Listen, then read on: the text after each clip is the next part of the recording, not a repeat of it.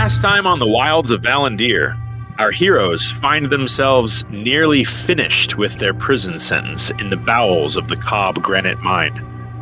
A stretch of hard labor earned through conflict with the sheriff of Cobb, a particularly unpleasant orc named Gorg.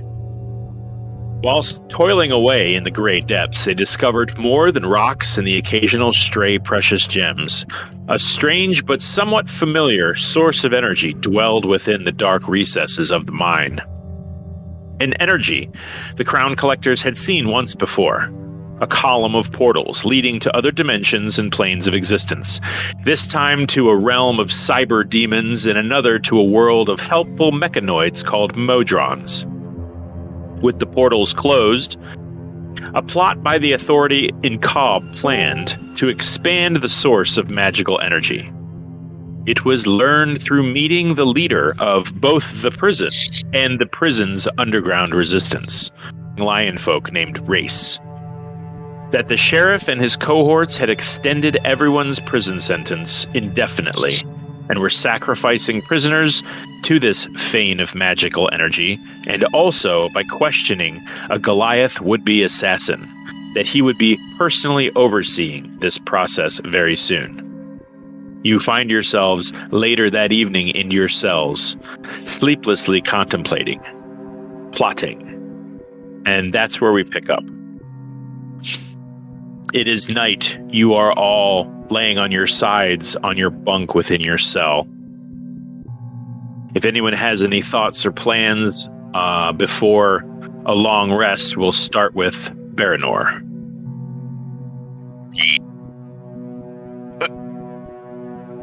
Nothing much. Just getting ready for the thing, kind of going over, I don't know, everything that's gone on. Our last encounter with the sheriff, that type of thing. Yeah, you envision a hulking green brute pointing a double-barreled shotgun at your friend Kravish's head and emptying both barrels into him. For what you thought ended his life instantly. I need you to make a wisdom save.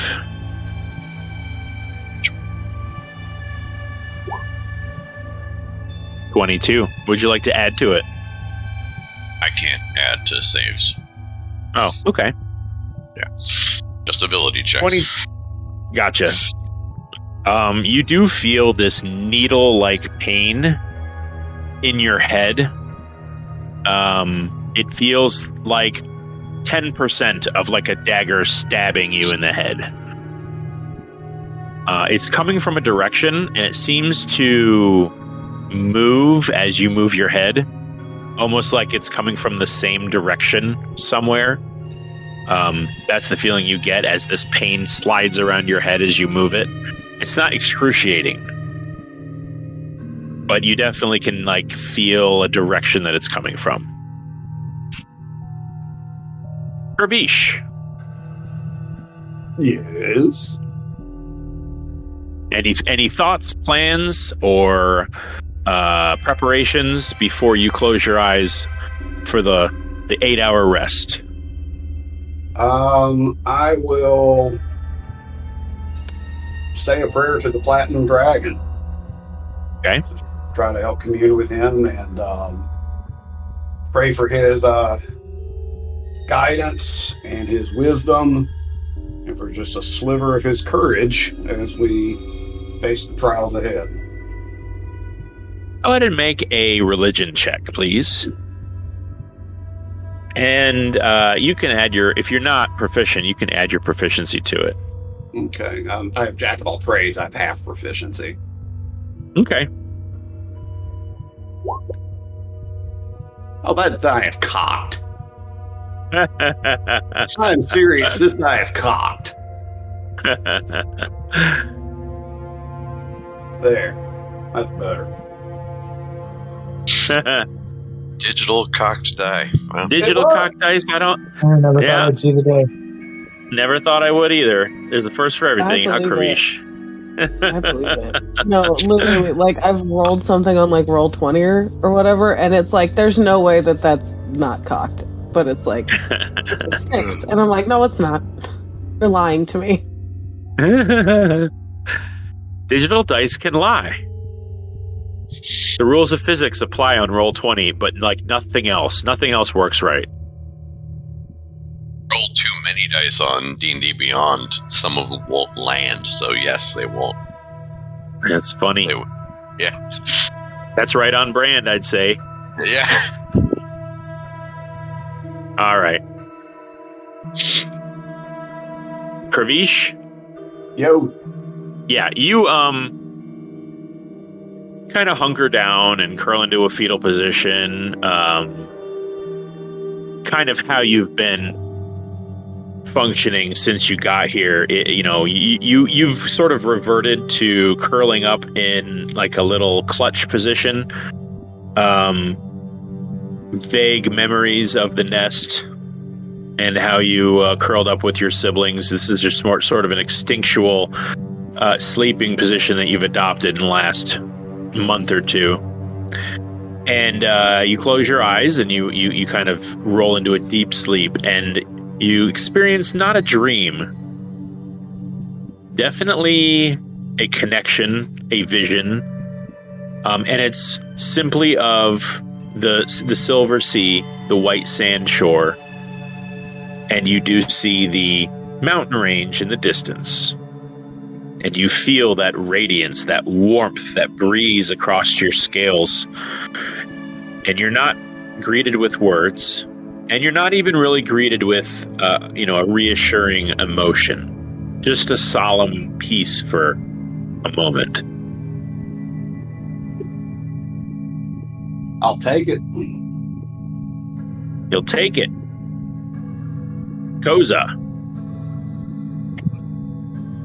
Yes. Yes. I need you to make a nature check and then a wisdom saving throw, please. Oh boy. Okay. 15, not bad. Not bad. Wisdom. Luckily, I'm pretty good at those. Yeah. I mean, those are mid, but they're okay. 15 and a 16. You obviously have agency to have a thought of your own, but you're definitely concentrating on Neela right now. Yeah. With everything that's been going on, what does Koza dwell on at this moment, at the early twilight? I think I'm just gonna, with us having served most of our sentence, I'm just kind of anxious to either start what is clearly being planned as a coup, or just to finish out our sentences so that I can go see Neela again.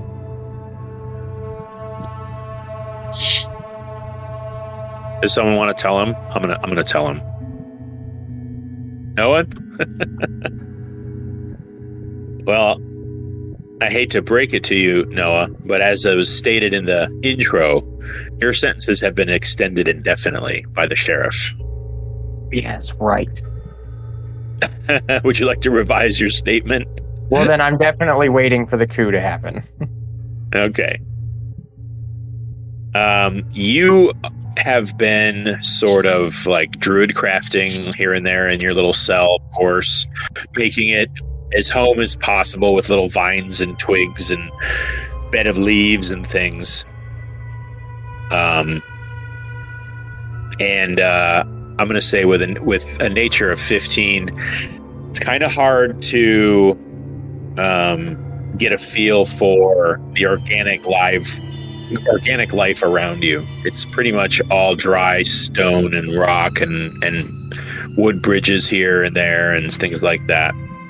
Mm-hmm.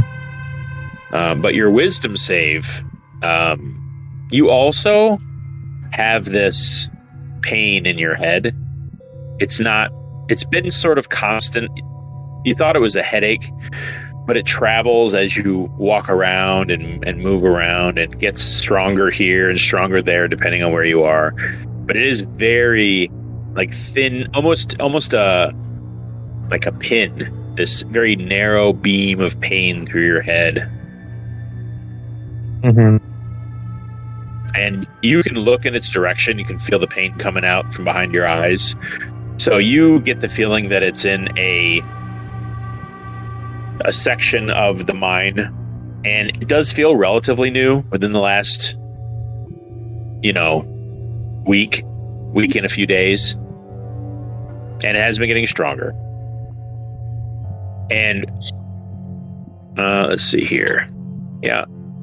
None of you really hear anything from Axton's or Yuno's cells. It seems like they're kind of quiet, very quiet for the night.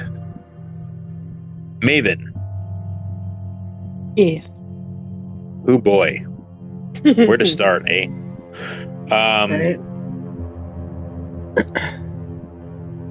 You are understandably not asleep. You're kind of you're up at the foot or the head of your bed. You got your knees. You're sitting up. You got your knees curled up close to your chin. You're kind of wrapping your arms around your legs and just being very, very, very still. You can hear everything that's going on in the cell block around you.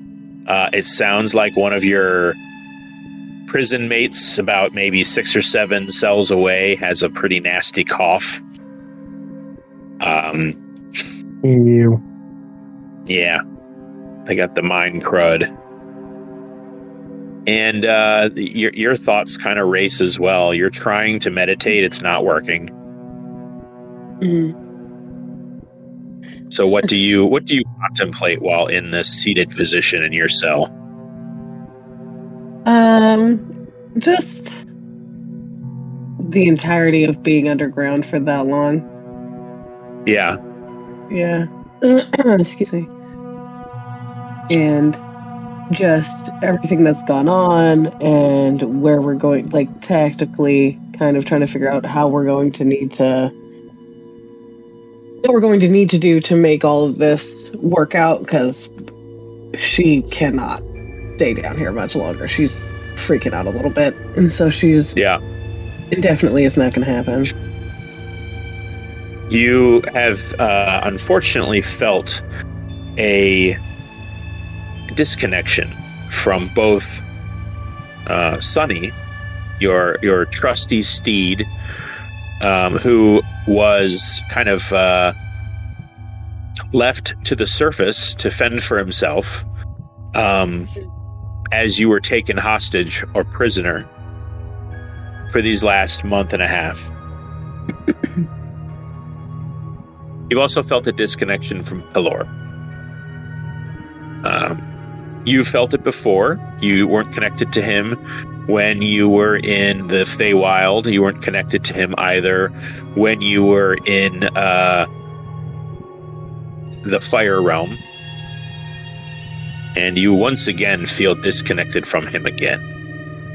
It's not fun, but it definitely motivates you to get yourself out of this situation by any means necessary, for a variety of reasons. So I'd like you to make a perception check and a wisdom saving throw, please. Perception of 22, wisdom save. Oh, natural 20 for a total of 23. Great. Mm-hmm. All right. You're trying to calm your mind so you can at least meditate. And so you've reserved yourself to, in a way of counting sheep, kind of listening to all the rhythmic breathing of the cellmates you have, using it as kind of a quiet lull to quiet your mind, almost like ocean waves.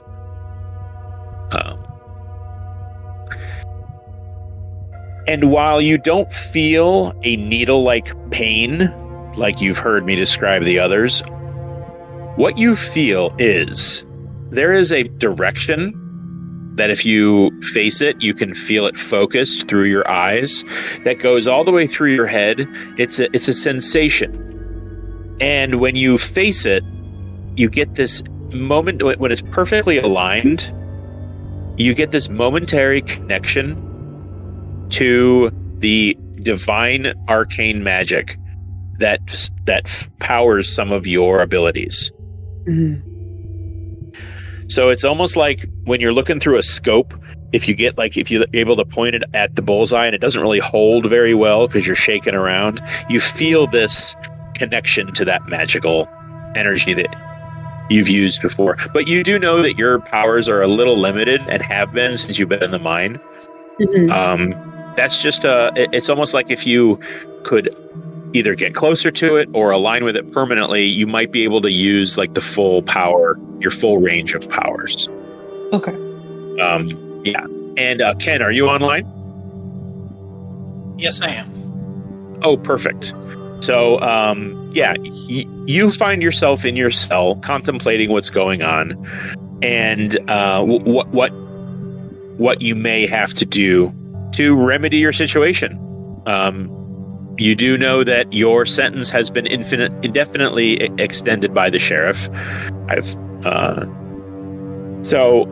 Would there be any preparations or thoughts that you'd have in this moment as you go to sleep before the next day starts? Yeah, Yuno's just going to really think about like what magic he has access to, what he can do, kind of, if that magic fails, because magic tends not to work super great here. Mm-hmm. What's the backup plan? So. Okay, so let's have an Arcana check off the bat. And so what you have in your possession, because I do believe you need like your spell book because you need to be able to read from it, or do you have an ability that you don't need that anymore? I still need the spell book for anything like other than cantrips, or there's a couple spells that I can memorize. Sure. But they're not real helpful. That's going to be a 26 on the Arcana. Good. Okay. So I think I gave you a certain number of levels of spells that they were able to smuggle in from your spell book. Separating pages from the book certainly was not the favorite thing that you had to have happen to your book, but you do have a certain number of levels of spells at your disposal. I let you kind of pick those. I didn't worry about cantrips. I figure cantrips are something a wizard can remember by heart. Yeah, that's why they're always prepared. Yeah, so you're kind of like as you're curled up in your bed, you're kind of going through this little bundle of rolled parchment, and just sort of memorizing. It's like these are all I've got, so I might as well memorize these. And you feel this tug at the back of your head that's been constantly tugging for weeks. So go ahead and give me a wisdom saving throw. 24. As with Maven, you feel yourself being mentally attracted to a very specific set of coordinates somewhere through the rock face next to you.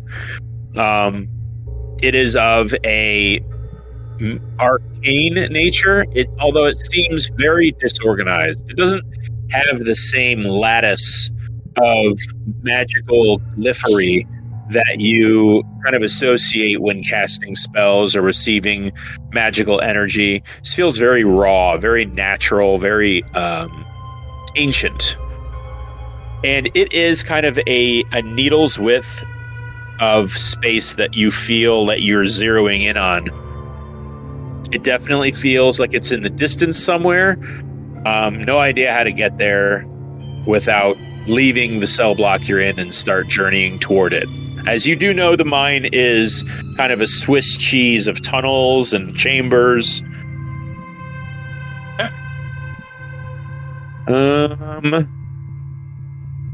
Well, all of your thoughts kind of coalesce into this collective groupthink. And really the last thing that rests on everyone's mind as you kind of mentally prepare yourselves and organize and try to calm your thoughts and feelings and memories just a collective sigh of excitement and fear and worry and caution. You all drift off to sleep. Herbish. Yes. You feel the stale air of morning. There isn't really a good morning feeling here. It's a mine. There's no change of day or night. You have no idea really what time it is, only that you're fatigued and you wake up when it's time to wake up. This is not that case. You are sort of not jerked awake, but you are suddenly aware that there's someone in your cell as you hear a shift of a large footprint in the gritty floor at the foot of your bed.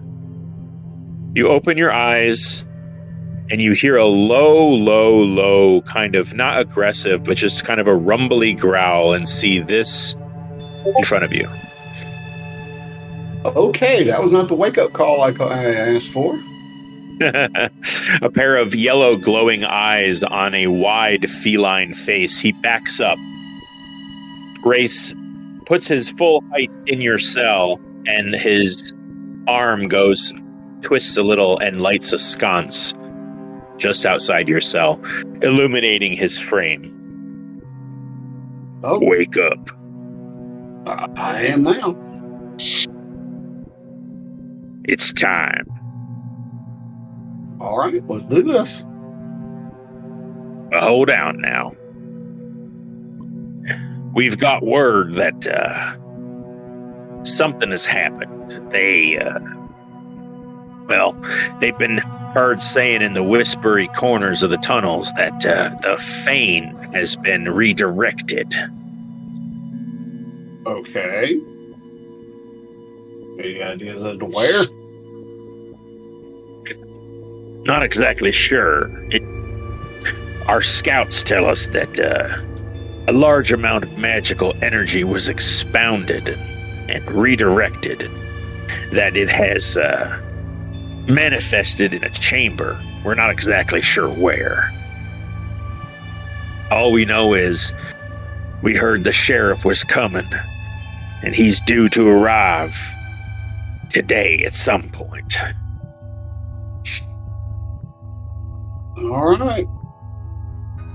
I'll get up and hastily make myself ready to get ready. He just kind of presses a granola-like biscuit into your hand. He just says, "Eat quickly and light.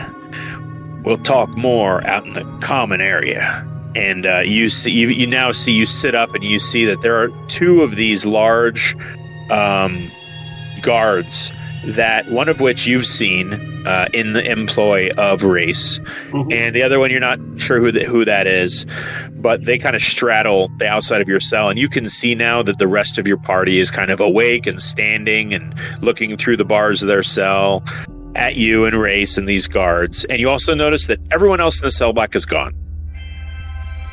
All right. Is it possible for me right now to use my heroic inspiration? Okay. My ability that allows me to play a little ditty, a rousing ditty, and can give up to, I think it's like 4 people, an encouraging song. And play a song on a musical instrument and give heroic inspiration to up to 4 allies. Okay. So I would like to retro something that at some point in your keen, charismatic way of sourcing items, you've at least found yourself a sort of a deceptively low-toned flute made of bone. Okay. So you just have that. All right. So while everybody's considering, I will do that, and I will give heroic inspiration to the 4 people that are here. As far as Carcosa, Maven, and Baranor. So you each have heroic inspiration. Okay. Let's see here. Does everybody got that? Yes. Is it the same as Bardic Inspiration? No. This is heroic inspiration. Okay. So Ooh, what's that? I don't know what that means. That means you can any roll, any saving throw, any ability check. Ooh. How long does that last? Well, it's all day. Yeah. Oh, perfect. Love that. Ooh. Yeah, that is pretty cool. Okay. So yeah, Wrayce kind of backs up and gives you room to settle onto the middle table that serves as sort of your common area in this cell block. Kravish kind of settles onto a stool and pulls out this, 2-foot long flute carved of bone,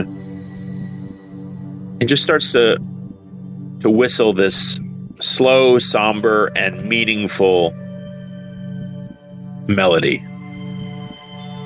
As you ready your gear, some of you, tightening your footwear and stuffing things into your pockets to be used later, you all kind of have a resolve about you. You're not exactly sure what's going to happen or the consequences of doing what you're going to try to do. You've sort of been here before, but this is about your freedom. This is about a despot just blatantly eliminating people to serve some arcane end. And you're right in the middle of it. Wrayce just kind of, as you all gather at the table, he just sort of leans his heavy paws on the end of the table and looks up at all of you and says, "Well, here we are. I feel that's a lot of emotions pulling me in a lot of different directions. But I think it can be said that with all of us working together, we got the best chance of turning things around. So I want to thank you for agreeing to assist in this action. I don't know that there'd be enough people willing to help that had the skills and the experience of adventurers like us." He just sort of stands and does kind of like a hands behind his back pace up and down this common room. "Well, we should have some kind of a plan, I think. I know that most plans go to shit at some point, but we should at least have some kind of structure here, wouldn't you say?" At least have a concept of a plan. "Well, what I know is the sheriff is here somewhere, and he will be here to inspect this redirected fane. We can definitely anticipate he'll have some Wranglers with him. I would say somewhere in the neighborhood of at least 4 to 6 for sure." Lovely. He's bound to have some magic users with him. And definitely lots of guns. For us, one of our biggest priorities is to help nullify their nullifiers. Their magic nullification. We gotta short circuit that. Yes. The sheriff is known to carry a device that has the ability to negate any arcane energy within not a terribly large field of area, but we're well familiar with it. Yes. Well, I can tell you this. Unless you have an anti-magic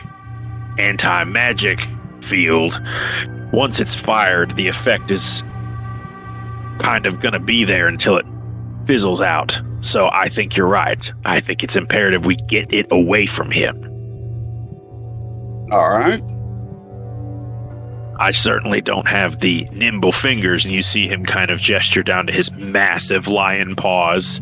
And he kind of looks at you, Kravish, and he's like, and it looks like those shiny scaled claws are not exactly the quietest things in the world, so who would you say has the best chance of pulling this off? As we all shift towards Baranor.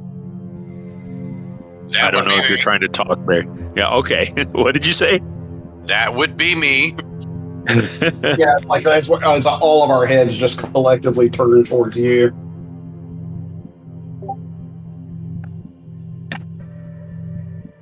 So, do you think it would be just get me close enough? Yeah. Should we? Yeah, that's the idea.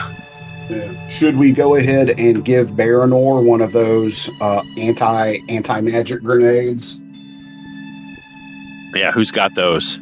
Goes up. So they're not grenades so much as they're like, it's almost like a little tiny hockey puck, almost like a button. Mm-hmm.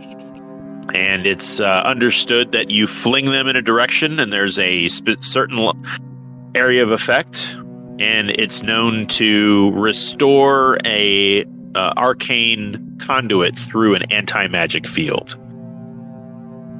Cool. So yeah. Those. In fact, it may not be a bad. How many of those do you have? We may need to divvy a few around. I think I only have like 6. Okay. Go ahead. I would recommend giving Yuno one. Yeah, I'll give Yuno one. I'll give Baranor one. I'll give Kravish one. And I don't know. Does Wrayce look like he's real good with magic, or does he look more like a fighter type? Yeah, you're kind of like divvying these out, and you start to stop at him, and he's tall even for you. He's just kind of looking down at you, and he's in silhouette, but he still has these glowing yellow eyes, these cat eyes. And you've got your other little token out in his direction. He just kind of shrugs a little and goes, "Those would be kind of wasted on me there, Sonny. I'm a little more of a hit you on the face with a hammer kind of guy." Alrighty. You hold on to the others. Yeah, I'll hold on to the rest. All right, so we got those distributed. Yep. Weapons-wise, I mean, I know we do not have very much to work with right now. Funny you should mention that. Uh-huh. And Wrayce just kind of gives a look over his shoulder, and you see one of the guards kind of drops a small bag on the table, and it has a variety of simple weapons. Let me see here. Let me see how martial or finesse some of these weapons are. Tell you what, let's make this interesting. Anybody who wants or needs a weapon, just roll a d20 for me. We'll see how fancy it is.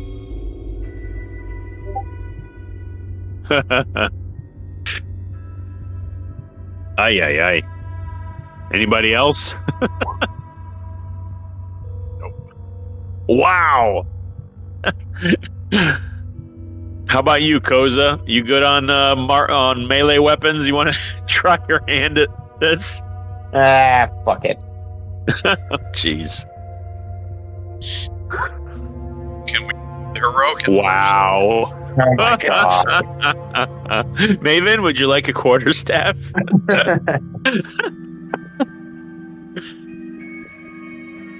All right. I just want a simple rapier. Yep. Nope. Not with that roll. You're not getting a rapier. Hell no.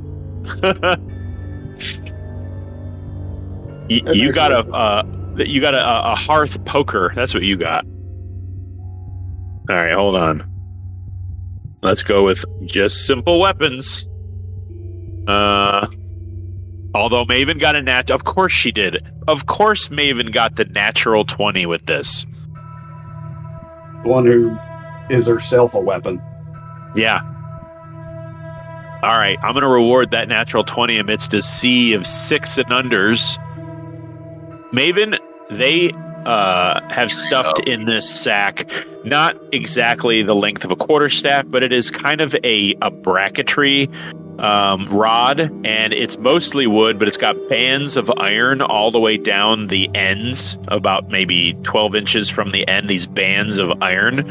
And there's kind of bolts screwed into the end of this thing, giving it some extra impact energy. So if you were to use this quarterstaff, and you can write this down if you want to, if you were to use this, it's not a quarterstaff, it's about maybe 5 feet long. It's not exactly a quarterstaff. And but if you were to swing this around and make a connection on a hit, you get to roll an additional d6 of, we'll say, tearing damage, because these bolts will just rip the skin away from anything. It has to be flesh. Yeah. It has to be flesh. If you try to hit stone or anything like that with this, that extra damage won't count. And, okay, here we go. So I don't know what you guys had before. I know Axton had a pickaxe. I believe Kravish had a pickaxe too. I think I lost it. Yeah, okay. Might have a hammer still. He's been using a hammer. Okay, here we go. All right. Let's see. These are considered simple melee weapons. Kravish, you find a mace. Okay. Who else asked? Let's see. There is a wooden, iron-tipped spear that Koza kind of grabs and, tosses it around in his hand a little bit. You find a dagger. It's very simple. There are 2 hand axes that look like pretty much anybody can kind of have as a hand melee weapon. And there is a not a short sword, that is a martial weapon. Yeah. There's a sickle that it's kind of like a large karambit that Baranor, you kind of find yourself twirling in your hands.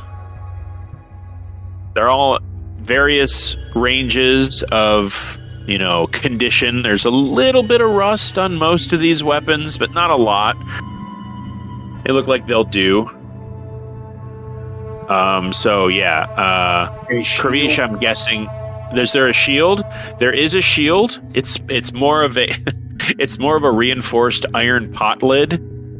It'll do. Yeah. It will do.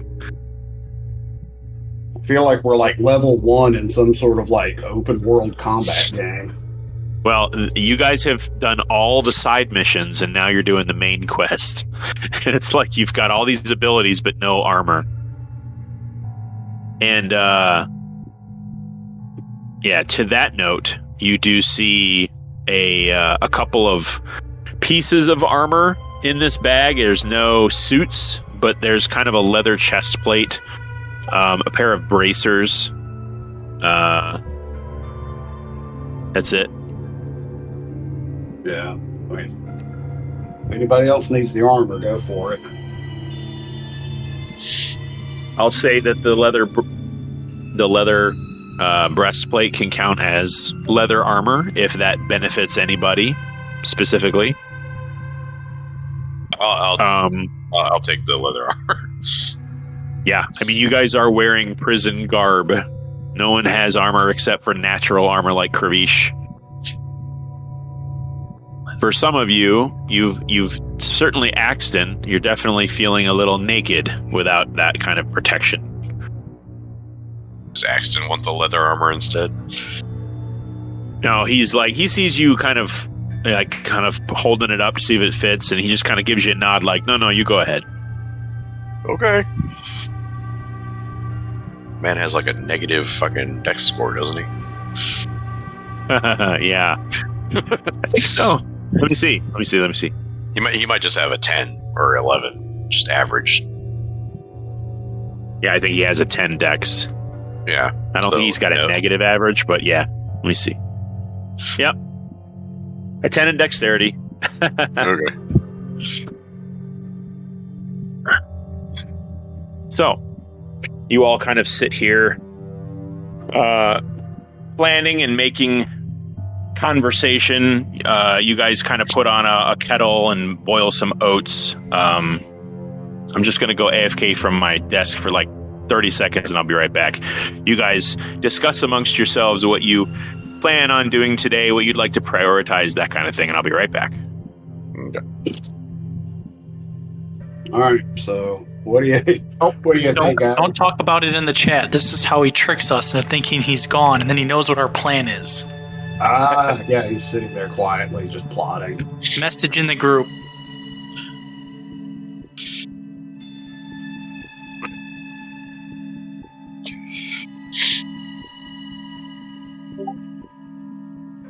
We must fight to run away.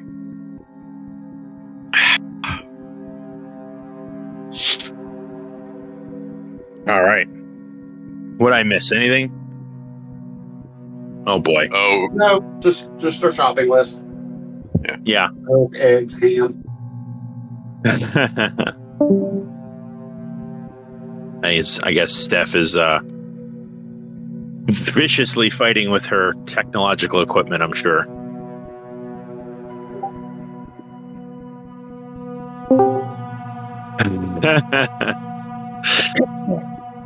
Can you hear me? Yes, we can. Jesus Christ. yeah.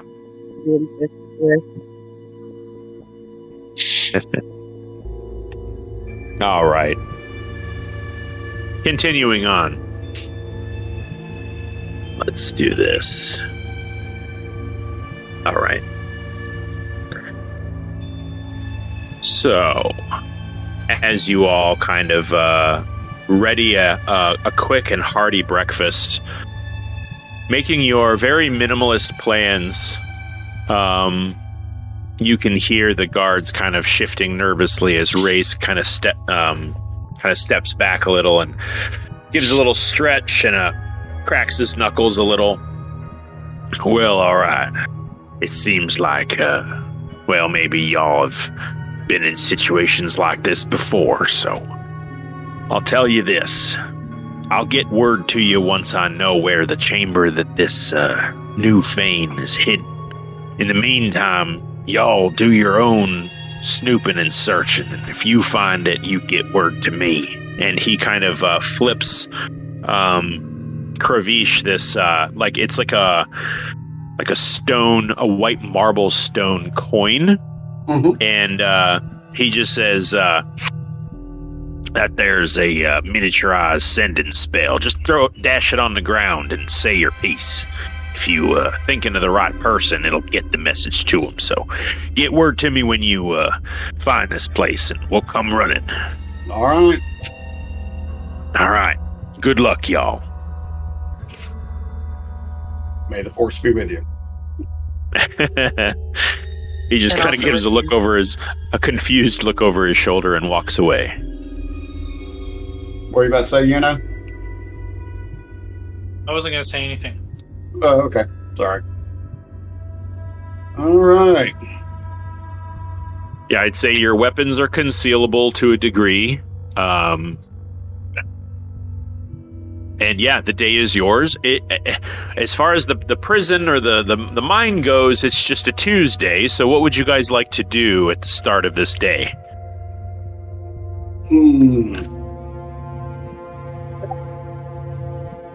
Classic Barry.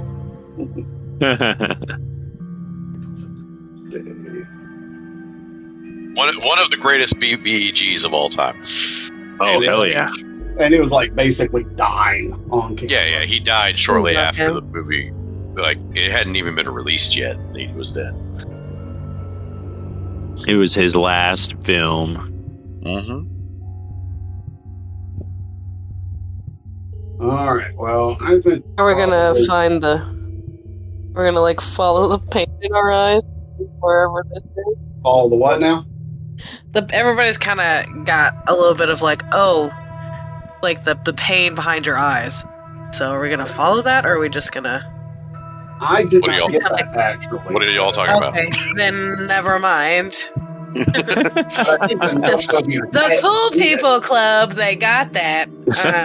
Are we gonna follow it, or are we just gonna pretend I like it think doesn't that's exist for perfectly- now? Or I think that's fine, but I think we should try to keep as low a profile as we can today. try to do it sneakily? Got it. Have you seen us? I said as we can. Have you seen you? When was the last Have time I you looked seen- in a mirror, bud?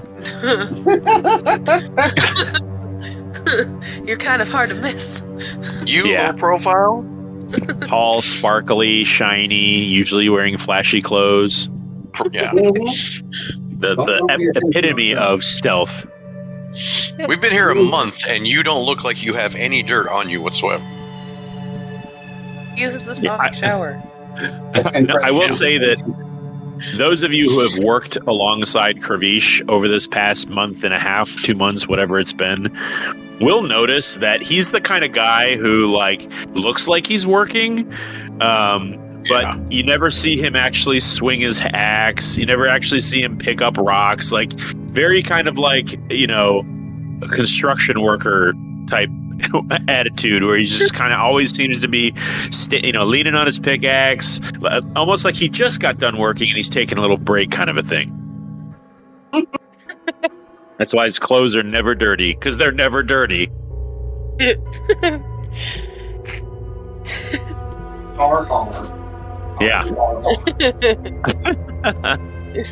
Axton pipes up and says, I know this sounds counterproductive, but if we're looking for a chamber and we're just kind of wandering around the mine like normal, some of us can communicate with each other in our heads, right?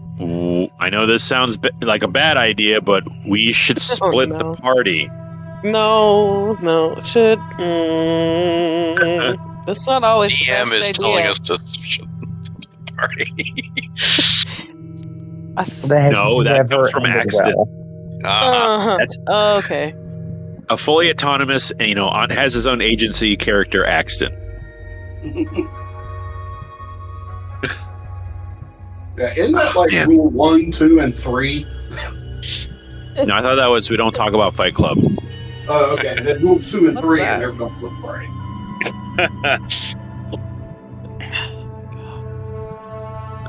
I will establish the psychic whispers, though. Okay. Let's see how long it lasts for. What are the new rules on this thing? So 4 creatures. That's not a duration. How long does it last? I know. So Kravish, you can send messages, correct? I can, I got a range of 150 feet. Oh, okay. You have message, not sending. Right, not sending. Okay. All right. Somebody pick somebody to one of us is going to have to go with somebody else. Because I can only do it to 4 people. All right. Maven and I can buddy up. Okay. I will. Oh no, so sad. Maven has that look of you damn right. I'll put myself in Karish's head then. Not sure I Good want idea. that, but and last for 4 hours. Now, let me ask you this. Do you hear what he says to people, or just when he, intentionally directs it to you? How do you think that works? I want to say it's intentionally directed at me. You want to say, all right, we'll leave that up to the dice. I don't think it's not detect thoughts or anything like that. So it's Sure. I'm sure he could let it slip every once in a while. Okay, I'm gonna have some fun with this. So Okay. It doesn't really give like a truly in-depth, but magic is weird Okay, here. walkie-talkie. Yeah, I'll just copy the. Put it in the chat. All right. Anybody else going with the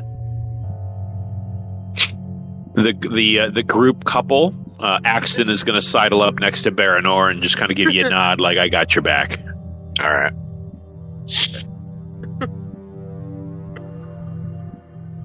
All right. So Did he at least get a sword?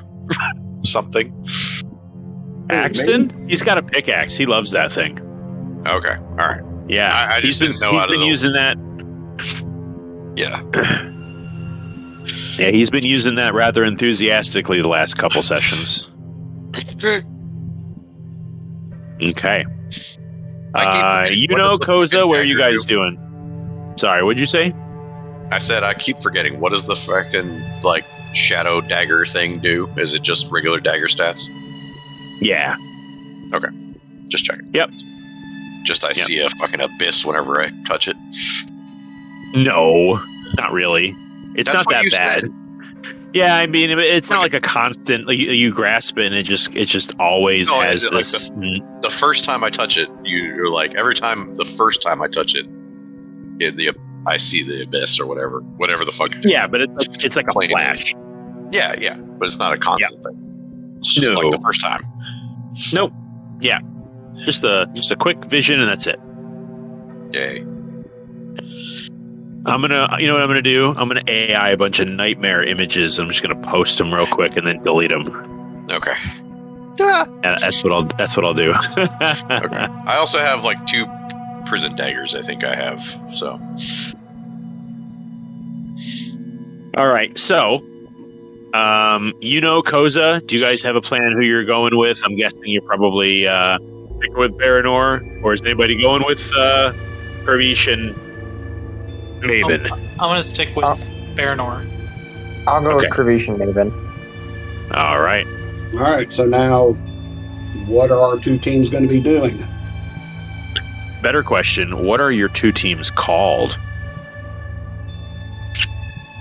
One of us is Crown, and the other one is Collectors, obviously. We are Team Velvet Thunder. Team Shake and Team Bake. Shake and bake.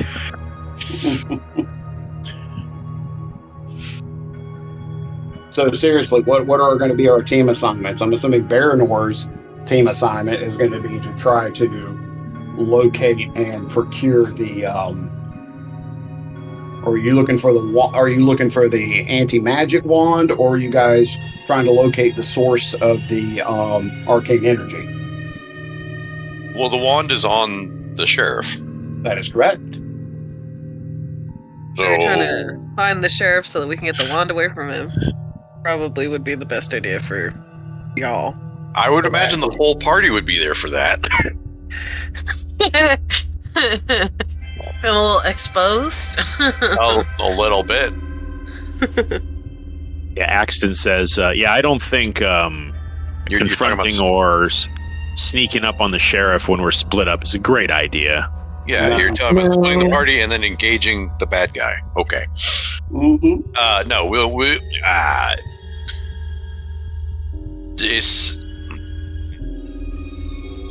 try and find this magic thing. Is the magic thing, the portal, possibly what you guys are feeling? The people that were talking about having headaches? Probably. That's my personal guess. Okay. Do I have one of those in my group? Yes. Okay. Koza, I'm guessing? Koza's felt it. Okay. Maven felt it. Right, Maven's in the other party, though. So is Cobb. The other. So am I. Damn it. Okay, so... Wait, who went with me What then? we're trying to do Axton is and... football team. Axton and are with you, Baranor. Is in my group then? Yes. Yes. Yes, Okay. yes. Okay, I'm sure has that little tingle, right? Magic user, I'm guessing. I don't know. It's tingly all over, but yes, this specific type of tingle, he is okay. Okay, we are using you as a dowsing rod then. Okay, that's good. I'll consider that in my DCs.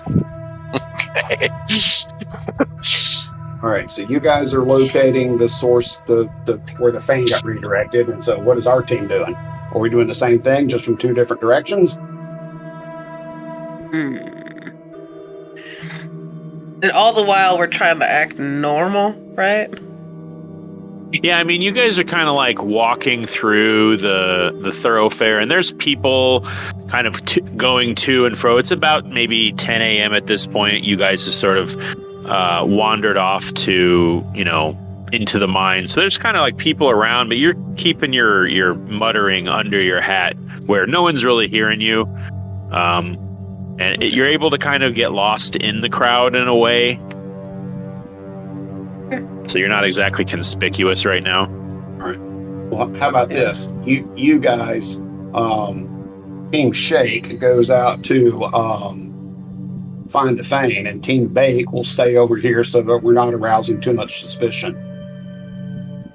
Okay. And we'll just keep our Works eyes for and me. ears open for anything going on. So the flashy ones stay out in the open. So that they know that we're there, make an appearance. Because as you have so correctly surmised, it's hard to keep this good-looking self. You're also standing next to like Koza, who's like Hagrid. He's like this huge, hairy thing. Yeah. It's like, people will notice if we're gone. Right. Fair, fair. What is the shiny guy and the giant creature doing through the shadowy alley right now? Yeah. Why are they tiptoeing? They're 8 feet tall. And why is the guy keep going sneak, sneak, sneak? Don't be suspicious. Baranor. Yep. Baranor,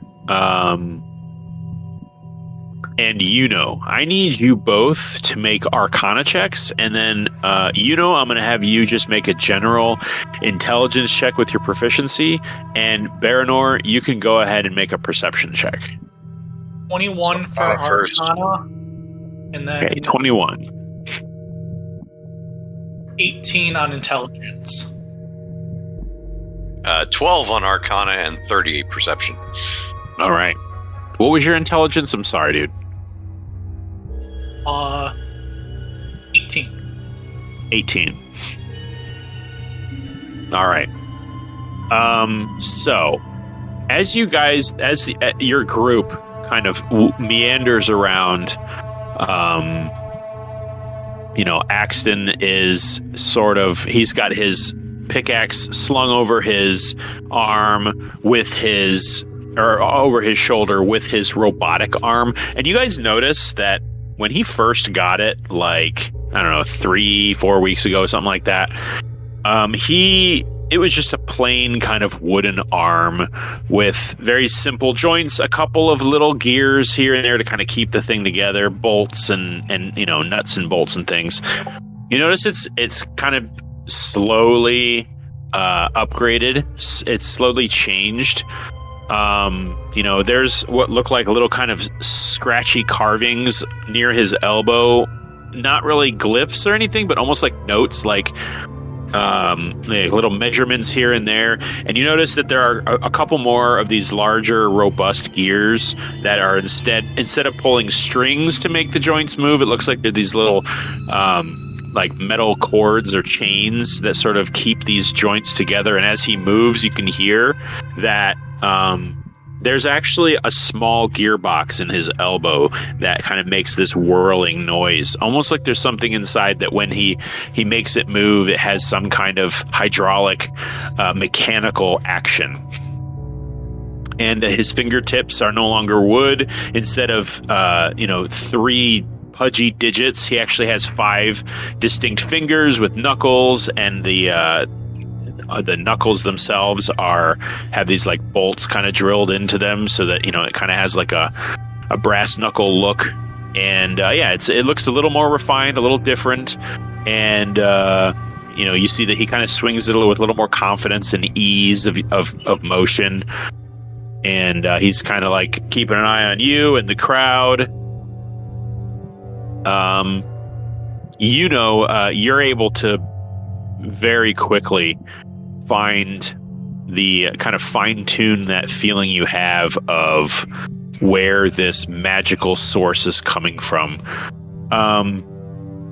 It's not until you come up to a tunnel passage that is guarded. And there are 2 guards that you don't recognize. You've never seen them before. And that feeling you have is like really, really strong in this direction where this is. And it's off the beaten path in a way. The 2 of you have kind of been keeping track of where this sensation is pointing towards. And it seems like this is the entrance to whatever source of energy that you've been feeling. This is where it's at. Doesn't seem to be like, you kind of walk around a while and you kind of feel that source moving like you're walking around it. But there doesn't seem to be another entrance into it from any other direction. And you guys do take like a good hour and a half really kind of walking around, and to a point where the guards see you and you can tell they recognize you, and they stiffen up a little bit as if to give you like a look of keep moving. I don't know what you're looking at. Okay. I'll relay where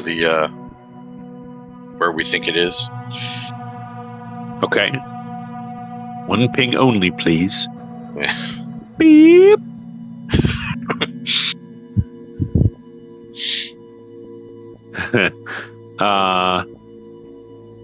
Yeah, your psychic whispers, there's no range, I don't think. It's a mile, I believe. Oh yeah, you're good. Yeah. You're good. It'd be funny if it was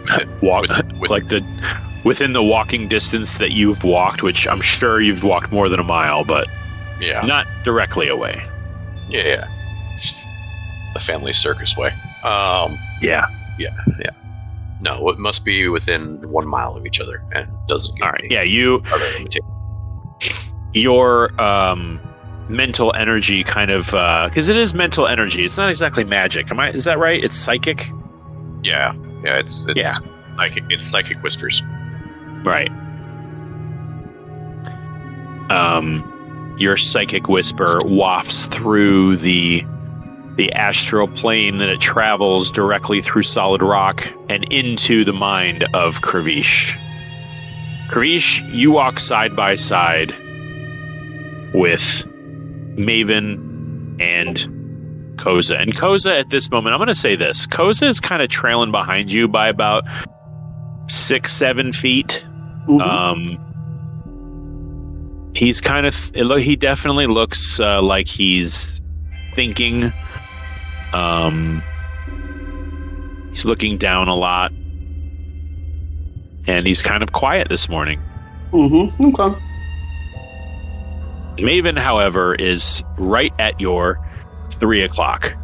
Mm-hmm. Tight on your right side. She is scanning the crowd feverishly. You find yourself kind of mimicking her a little bit, like, yeah, I should probably keep a lookout too, but you also can't keep your gaze away from her. I mean, worried about her and what might happen, understandably. And the 2 of you kind of catch sight looking at each other for a moment. Give him a wink. Okay. I give her Maven also a reassuring look that, we got this. And then all of a sudden I'll stop and I'll get that information. It's like, okay, it seems like the guys have found what they were looking for. Woo. I turn around and I kind of look towards Koza. It's like, hey, man, You with us right now? Yeah. I kind of give you not like a look of, I'm trying to distance myself, but I'm like giving you guys your space. Oh. About that. Because I understand if I follow too close and border on third wheeling, Koza wants to avoid that at all costs. Koza has self-awareness. Yes. Got it. Okay, bro points, man. All right. So, yeah, so I've already let you know. And so I'll just pass back to them. It's like, okay, gotcha. Are we gonna, nonchalantly head in that direction? Yeah. Well, I'll pass it along to them. It's like, do you want us to start heading that way? Should we also figure out how to get word to Wrayce about this? Let's make sure we're 100% sure where it is first. Probably. I mean, we've pretty much determined that the source of the energy is here. Okay. Well. It's well guarded as well. Okay. All right. And they definitely have pinged us on their radar whenever we go near there. So. Okay. Sounds good enough to me then. I'll let Wrayce know. Wrayce. All right. So we'll walk towards kind of like a little nook or something like that, so I can take the sending stone and I'll break it and crack it open. Okay. As you go to toss that little coin-sized device onto the ground, and it just looks like white marble with little, veins of gray through it. As you raise your hand a little bit, you're not making a spectacle to kind of toss it to the ground. You do catch eyes with somebody that looks like they are walking with ill intent towards Maven, like really fast. Okay. Heads up, Kit. And yeah, you clock. They've got. What's that? I feel sorry for the guy. Me too. Yeah, you clock he's got something in his hand. He looks like he's concealing it for a moment, and he's walking real fast. What do the three of you do? I'm getting my spear ready. Uh-huh. Not really moving into an attack position, just kind of clutching it tightly in preparation for something. Okay. He gets... Try to make direct eye contact. Yeah, he's not breaking it either. He walks right up to you, and he shifts his hand towards your chest. What do you do? The three of you get to do something. Okay. I'm drawing out my natural claws. Okay. And I am going to take a grab for his neck. Okay. All right. So I just got a natural 19. Maven, you duck out of the way and actually catch him. You've done this before. You kind of catch him at the wrist. Kravish, you go dive at him with your claws, and Koza, you're kind of like readying your spear, to see if you need to stab. And with all of your attention facing that direction, you notice the man opens his hand and it's empty. And Koza, you feel a dagger right in your back. Oh, fuck. Oh, hell. We've been outed. I got a 26 total attack. Yeah. That's gonna be sneak attack. He definitely got the drop on you. By the way, you are now grappling the first guy. He's bald. He's got kind of like really dark brown skin. He's got like these streaks of gray on his eyebrows. His eyes are like a golden kind of amber. And he has kind of like long elf ears that trail behind his head and kind of droop a little. And he's kind of gagging a little. Koza, this dagger sinks into your flesh and drops you to your knee immediately. Let me see. That's gonna be a That's going to be... All right, that's 11 points of piercing damage just from the dagger, and he gets sneak attack too. That's an additional 27 points of piercing damage. Jesus. So what is that total? Sorry? That's... Hang on. Yeah, that's going to be 31. Indeed. Yeah. You got stabbed in the lungs. Let me change. Hold up. I gotta change this music. Sorry, this is not appropriate. It's a little sappy. Oh, that's too intense. How about... Yeah, we'll go with this one. Yeah, you can feel the dagger turn in your chest as you drop, and he pulls it out. And he's going to make a hide. He's going to make a hide check here. Yeah, that's a natural 18. Whew. Man, I rolled all my natural ones before the session started, guys. Sorry. How dare you? Okay, so he lets go of your body, and you kind of slump backwards. You catch your breath all at once when he pulls the dagger out, and you can feel the wind of him moving as he somersaults into the crowds around you and kind of disappears. Baranor, you're pretty perceptive, although most of you are dealing with this... oh no, it's actually just the two of you. Maven and Kravish, you guys have this guy in your grasp, and you didn't really hear anything behind you, so that's what you're dealing with right now. He just kind of grunts at you like, "Unhand me!"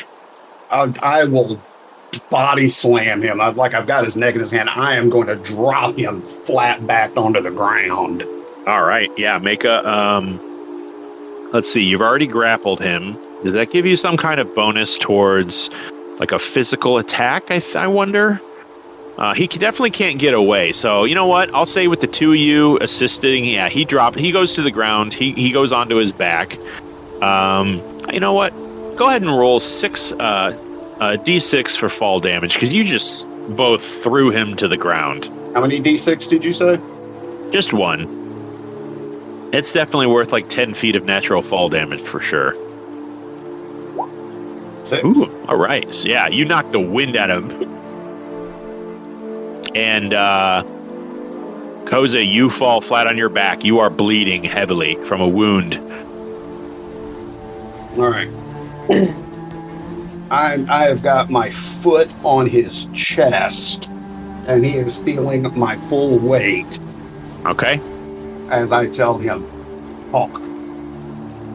All right. Make an intimidation check. Maven, what are you doing? I'm just going to try to be as intimidating as possible to aid in this, because I am not naturally intimidating. 24. Well, you are today, so you can roll that at advantage, Kravish. Koza, as you kind of barely see your teammates... Okay. As you kind of barely see your teammates dive forward with this guy, you fall flat on your back, and this guy comes back, and he is going to stab you again. Oh my god. Can I try and attack him with my spear? Yeah, I'll give you a chance to intercept in just a minute. Yeah, that's not as great. That's only a 16. Does that hit you in your present state? Yes. All right. This is not going to be sneak attack damage. But you are going to take another... Yeah, you are going to take another 11 points of piercing damage as he kind of shivs you real fast and disappears into the crowd again. But I am going to give you a chance to hit him on his way out as he leaves your melee range. You are prone, so this is going to be a disadvantage. Can I get it? Can either of us get an attack on him? You do not see this happening. This is happening behind your back.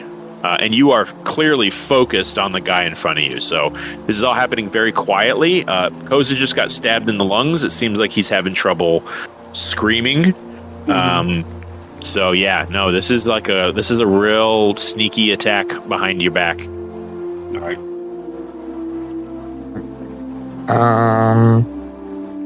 I'm just going to use a quarterstaff attack because I don't have his spear stat. Oh, I got one. Hold on. Spear. It's Never mind. Hit it anyway. it's 1d6 piercing. So after this, I'm gonna look at Maeve and I'm gonna look after Koza. Okay. I'm sure I'll be like, oh my fucking god, what happened? Be amazing. He got me. He got me. What the shit Oh, the fucker happened? got me. Dear Lord, where is he? I don't know. He went away. Oh, fucking fabulous. What did he look like? Is he easy to spot? Like, I don't know. He stabbed me from behind. Jesus Christ. Hate surprise. Getting dark, Maven.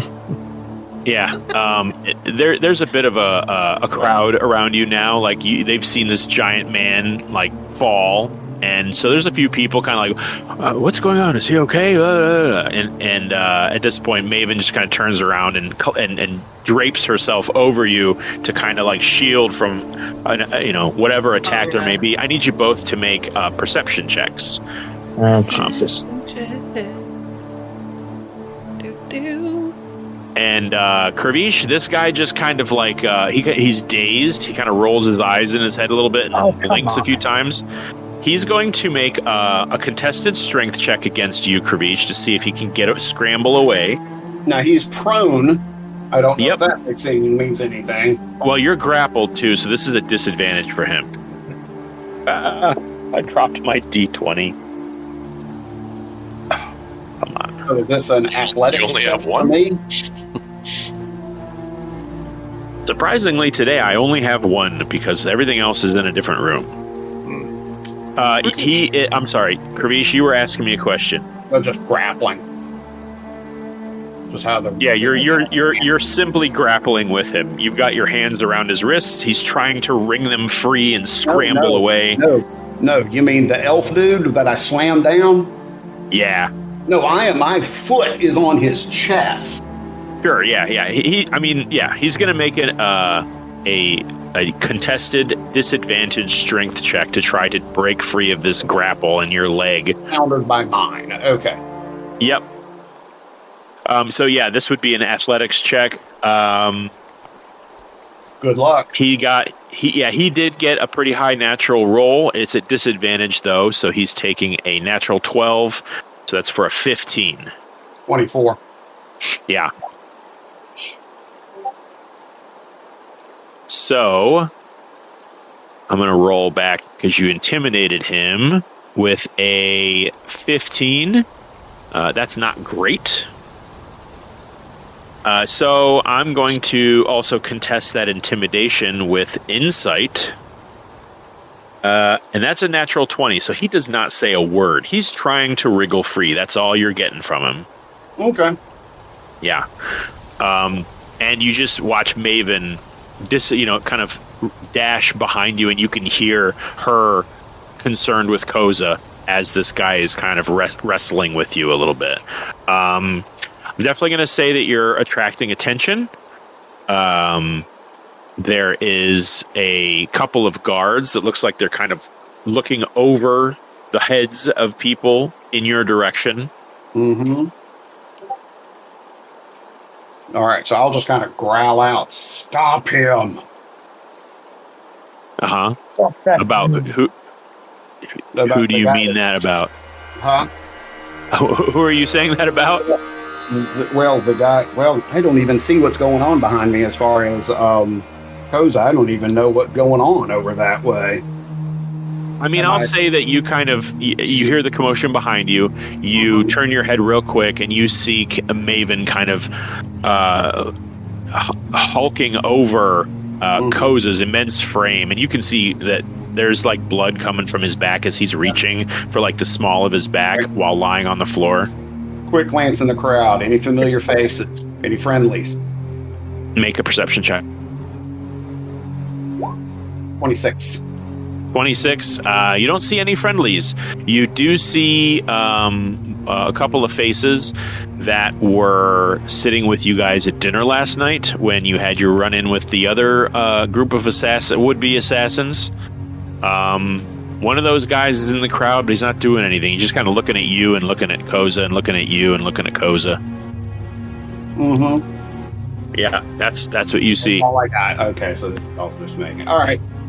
There's probably 24 people that you've, in this moment don't recognize. Maybe you've seen them about the mine, that kind of thing. Okay. All right. So I'm gonna kind of stoop down, because I'm standing on him. I'm gonna stoop down and I'm gonna look him right in the face, and I'm gonna go, "You've got 3 seconds to tell me who hired you." Okay, make another intimidation check. 20. 20. Yeah, your words kind of boom into his chest as your foot kind of It starts to press bears down a little bit more. Yeah, you can almost feel like if you lean forward any further, you might crack his ribs or even his sternum. Mhm. He's not a terribly large guy. He's kind of a shrimpy little dude, and his ears kind of stand straight up, and he just kind of looks at you for a moment. And he's like, "Zalric's blessings." Say that again. What was it? He's gonna say Zalric's blessings. Uh-huh. And he's going to kind of grab from the small of his back a kind of a rock, and he's going to do his best to smash it into your foot. So let's see how he does. That's a natural 2. It breaks on your claw, and he's going to continue trying to scramble away. So let's do another strength check here. That's a natural 20. 23. Whew. That's a natural 19. Damn. All right. So with that close, because he got a 24, you got a 23, but his is a critical success. He's gonna kind of like shift and shimmy and twist, and you're kind of leaning on his chest, but you don't exactly have like a 3-point stance where you're entirely stable. So he's able to twist away, and your ankle kind of rolls a little, and you almost lose your balance. And he's able to kind of pull his wrist free. He does a backwards somersault, and his feet connect with your chin as he gets away. Sorry? Flat on his back, he does this. Yeah, he kind of twists away, which gets your foot off of him, and then and you're much bigger than him, so he kind of like pulls back a backwards roll move, and he kind of catches your chin with his feet. Not a very great attack, but unarmed strike, that's going to be a 16. He misses. All right. So he kind of flips away, pushes your face away, and as he rolls, it kind of twists your wrists in an uncomfortable way, and you momentarily let go, and that's when he pulls free, rips away, and he's going to try to dash in the opposite direction. All right. Stop him. You definitely get an opportunity of attack. He's leaving your melee range. Okay. Maven, you don't exactly see this happening. You're more looking down at Koza. Koza, what are you doing? You are 16? Yeah. I am going to try to cast Cure Wounds on myself. Okay. The 3 points lands, Kravish. You definitely catch like the back of his neck and scratch a fresh wound into his back, but he does dart away into the crowd. I will give you a chance to, you said stop him. I'll give you a chance to affect the crowd in that way. Koza, you can go ahead and cast your Cure Wounds spell. It works. Right, that's a D8 plus 3. Maven, I need you to go ahead and make perception or investigation checks. Gotcha. Because you're on high alert right now, and there's lots of people around. Someone just stabbed your friend. 21 perception. All right. You do not see anybody familiar. I mean, it's you didn't see who this was, so it could be any of these people looking at you. Koza, you saw who it was. They were wearing kind of a almost like leather straps that make up a pair of pants, so a little bit unique, but Maven, you didn't see who this was, so you're kind of like looking at everybody like everyone could have done this. Mm-hmm. Mm-hmm. Noah, you rolled 2 points. Yeah, I got 5 points back. 5. It's better than nothing. It takes the edge off, but you are bleeding for sure. This was a very sharp blade. Not a shiv, not a shank, not a toothbrush filed down or anything like that. This was a precise tool for death, and it pierced your lungs. So you have a sucking chest wound right now. Well, let's see what I can do about that. Yeah. Kravish, you have lost the would-be attacker. He is gone. At this point, 2 guards sort of approach, and they're just like, yeah. And I've like told the crowd, stop him. Okay. Make a very strong persuasion check. 31. Whoa! He asks and he receives. So, all right. So you see everybody look in the direction that you're pointing, and the guards just say, "What's all this then?" And you see him. One of the guards looks at you. The other guard looks in the direction. I guess I'll roll perception for him. See if he even. That's pretty high. All right. So he at least he sees somebody running away. The other guard's like, "What's all this about?" 2 dipshits just tried to get the drop on us, and they partially succeeded. All right. And he's just like, "What do you mean? What got the drop on you? You got hurt by somebody? What happened?" And you see two other guards approach from the other side, and they're like, "Oh, someone's been attacked," and they kind of back people away. And one of the other guards kind of kneels down, and that's the moment that Koza, you recognize that guard as somebody that you've seen in and around Wrayce's circle. So he at least looks friendly. The other guard you don't recognize. So there's 4 guards around you. One of them you recognize as an ally.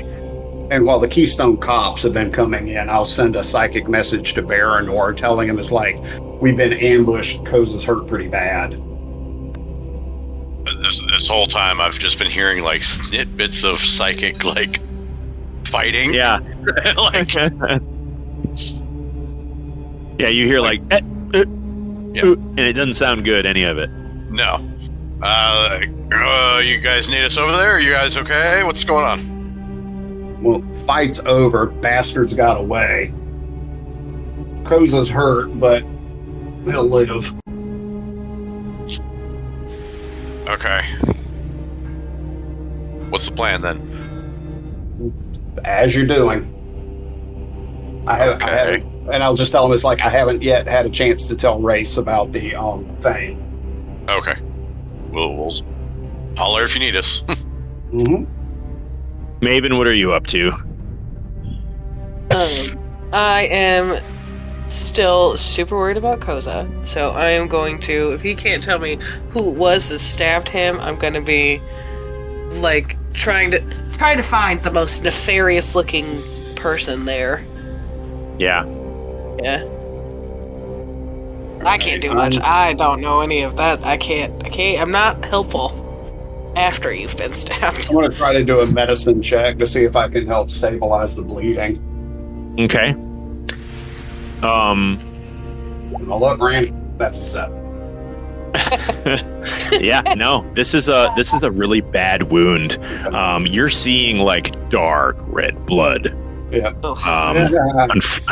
Unfortunately, not the first time Koza's been like this. Probably won't be the last. First time I met. Can I cast up to a 3rd level spell? No, not here. Not here. 2nd? No. Yeah, you can do 2nd. 2nd level. I'll put a 2nd level healing word. Okay. Kravish is going to kind of drop to his knees next to Koza, and Maven, a spear comes careening through the air. Doesn't feel like it's going to come close enough to hit you, but maybe like 6-7 inches away, just enough where you flinch at it, but your instinct kicks in that it's not going to hit you, and it sails across the in an instant, like a split second. This spear sails through the air and lands in the chest of one of the guards, who is at this moment raising a sword. You turn around and see that he's got a sword raised above you. He was behind everybody else that was looking at Koza. And he gets stabbed right through the chest and falls straight down. Koza, you look up and you see it's the guard that you recognize that threw the spear. The other two guards snap to attention, and that guard's going to say, "He's one of them. He's one of the sheriff's men." And you see the other guards kind of look around kind of confusedly, and kind of the prisoners kind of scatter and get out of the area and move around. They're not necessarily that close anyway, but some of them have been meandering around. The whole place kind of scatters and empties, and everybody backs up, and this guy pulls his spear out, and he kind of looks at you all as kind of a nod and acknowledgement. Okay, I just want to clarify. One guard who we know is on our side just threw a spear at a guard who wasn't on our side. That's right. Okay. Just clarifying. The other two guards kind of look at him. It looks like they've got their hands on their swords. One of them's got a spear that's just like the one that he threw. They're not really pulling their weapons, but they're definitely backing up and looking at each other and looking at the other guard. And he's going to kind of get in between you and those two guards. And he's like, "You two have a choice to make now. You can either engage us in this or go about your business and let me handle it." And they just kind of go a little slack and look at each other and look at him and look at you all. And he's like, "Guess we'll go on patrol then." He's like, yeah, patrol. We'll go on patrol. And you see them kind of turn away kind of cautiously. Because this guy just threw a spear at a fellow guard, and but they kind of back up, put some distance between, and then turn around and just kind of puff their chest a little bit to kind of compose their dignity, and they walk away out of view. Everybody else in this chamber is kind of like looking at you, but also not looking at you, trying to mind their own business. And this guard just kind of wipes the blood off of the end of his spear. And he's like, "He was going for you, miss." It seems the sheriff's men are infiltrated the guards. I'm not surprised.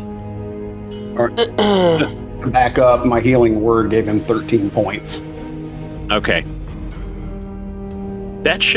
I think that should be very close to what you lost, Koza. With those 13 points, your wound does knit, and you're able to stand to your feet. Pain in your chest and in your back, or in your back at least, definitely. But you're less worse for the wear. I am definitely better. Yeah. All right, easy, man. Easy. Did you catch a look at the guy that got you? Nope. Yeah. Okay. Stuck me and snuck away in the shadows. Yeah. I'll give a description of the guy that I had, and then he got away. Yeah, I don't, there's hundreds of people in the mine. Not exactly sure who that is without checking records. But definitely someone's trying to take you out. So why don't we continue with a little bit of escort? And he just kind of snaps his fingers, and you see in the shadows, kind of walking hurriedly from the darkness, another guard. And the two of them kind of, get together and he brings the other guy up to speed. The other guy kind of keeps your rear covered, and the two of them are going to kind of travel with you. Okay. I'll back to what I was originally going to do. I'm going to crack that sending stone, and I'm going to send a message to Wrayce. Okay. Telling that Baranor is, at X location. Okay.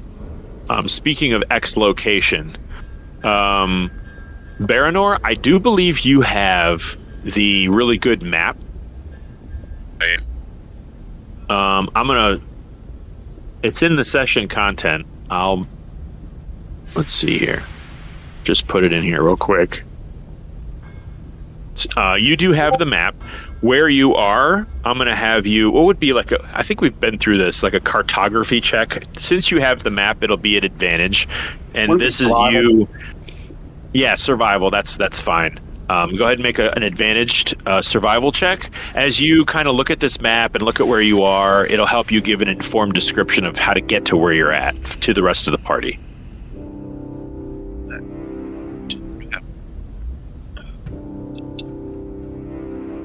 You hear me, Baranor? Yeah, I hear you. Can you not hear me? I didn't hear what you rolled.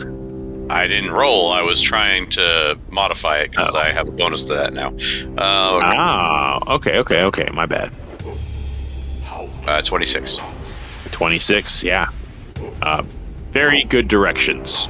Yeah. None of this turn right when you see the rock, and if you see the boulder, you've gone too far. You give pretty direct instructions on how to get there, to the point where it is maybe 15 minutes where the other half of your party, if you guys want to depart, Koza, you're feeling more or less back to your old self. Everybody else is kind of, the crowd has moved on, Kravish and Maven, and you now have clear instructions on how to get to where the other group is. So on your leave, your journey there is pretty uneventful. Definitely on high alert. Let me take a insight check from Maven and Kravish, and let me get a perception check from Koza.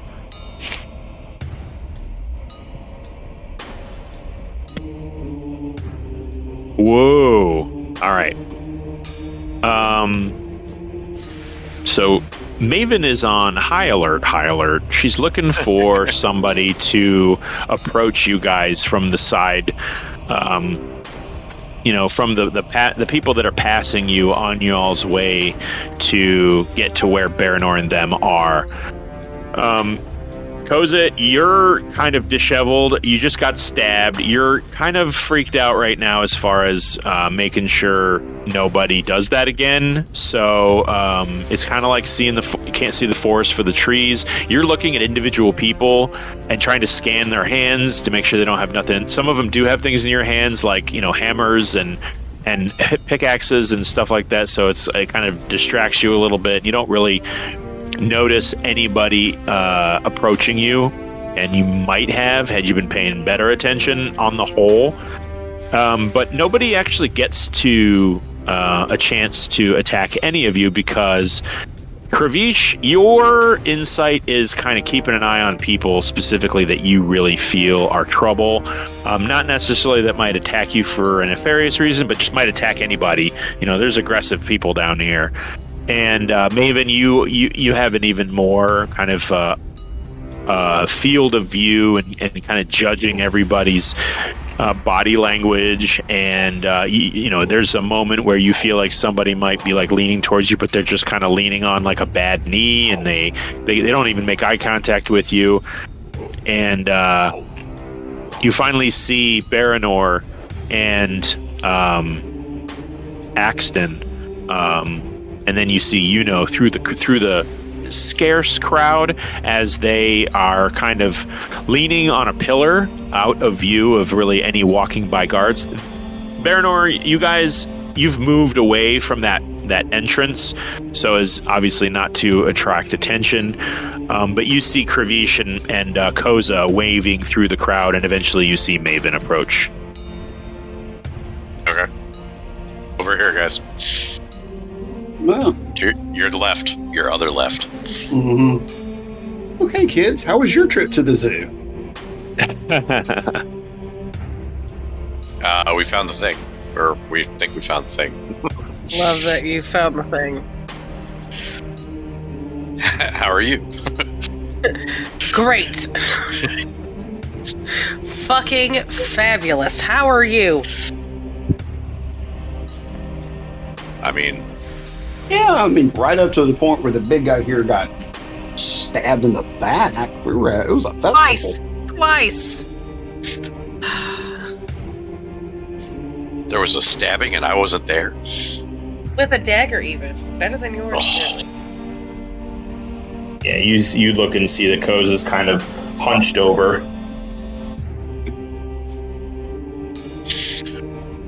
You alright? I mean, I'm all right for now. Alright. He You is good to carry on with this? Yeah, I'm all right. Alright. Did we let Wrayce know? Yeah, I passed the message on the way. Okay. Did we get a confirmation or? Oh yeah. What did you want to say exactly to Wrayce? I was going to say, fane detected,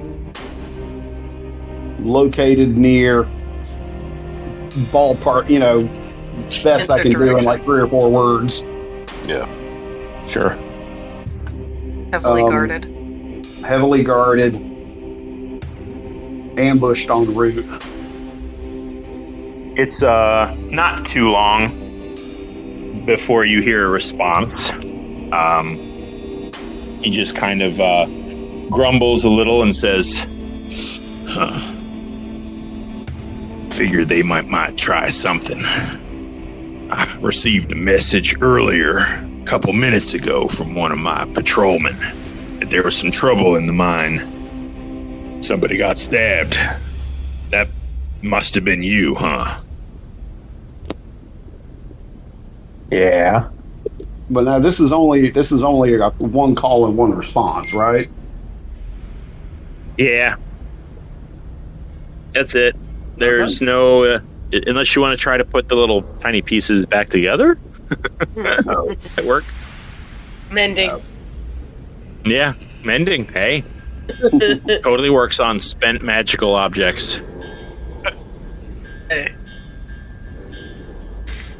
You know what? What the hell? Axton's going to cast mending. You now have an intact little marble stone coin, Kravish. And he just goes, hey, I can't believe that worked. Yeah. Thank you. If I need to work on my coin flipping, I'm good. Mm-hmm. He just kind of like looks at it, looks at everybody like proud of himself. Yeah, like good boy. All right, Baranor, you know that the entrance, everyone else kind of does. They haven't seen it. None of you else have seen it before. It's sort of an off the beaten path sort of. You guys are in kind of a relatively quiet wing of the mine, and you can hear people kind of going in and out of tunnels around here. Baranor, you know that just down the passage to your right and around the corner is sort of a 3-way split, and it's in the direction of the one on the right. That's how you know where it is. All right, so are we waiting for reinforcements to show up, or are we headed in? You all can see now at this point, there is, through this crowd of people, there is, there are people with their wrists bound kind of heading in that direction, and none of them look like they're having a good day. Looks like there's a couple of low-level guards that are escorting them they've got shields and maces, and they're just kind of filtering in that direction.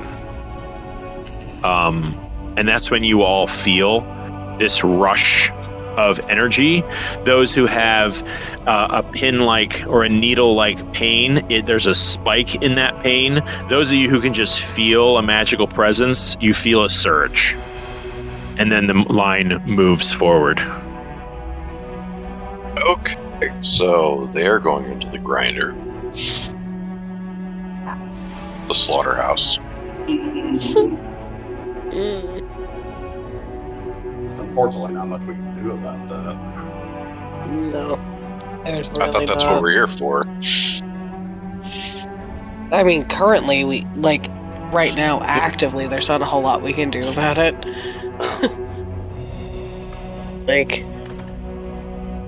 You do notice kind of a bit of distance between, like, the guard that's escorting them and the tunnel. There's also, like, people walking in that direction. Doesn't seem like they're the only ones going that way. There's like because you do know that tunnel splits at some point further in.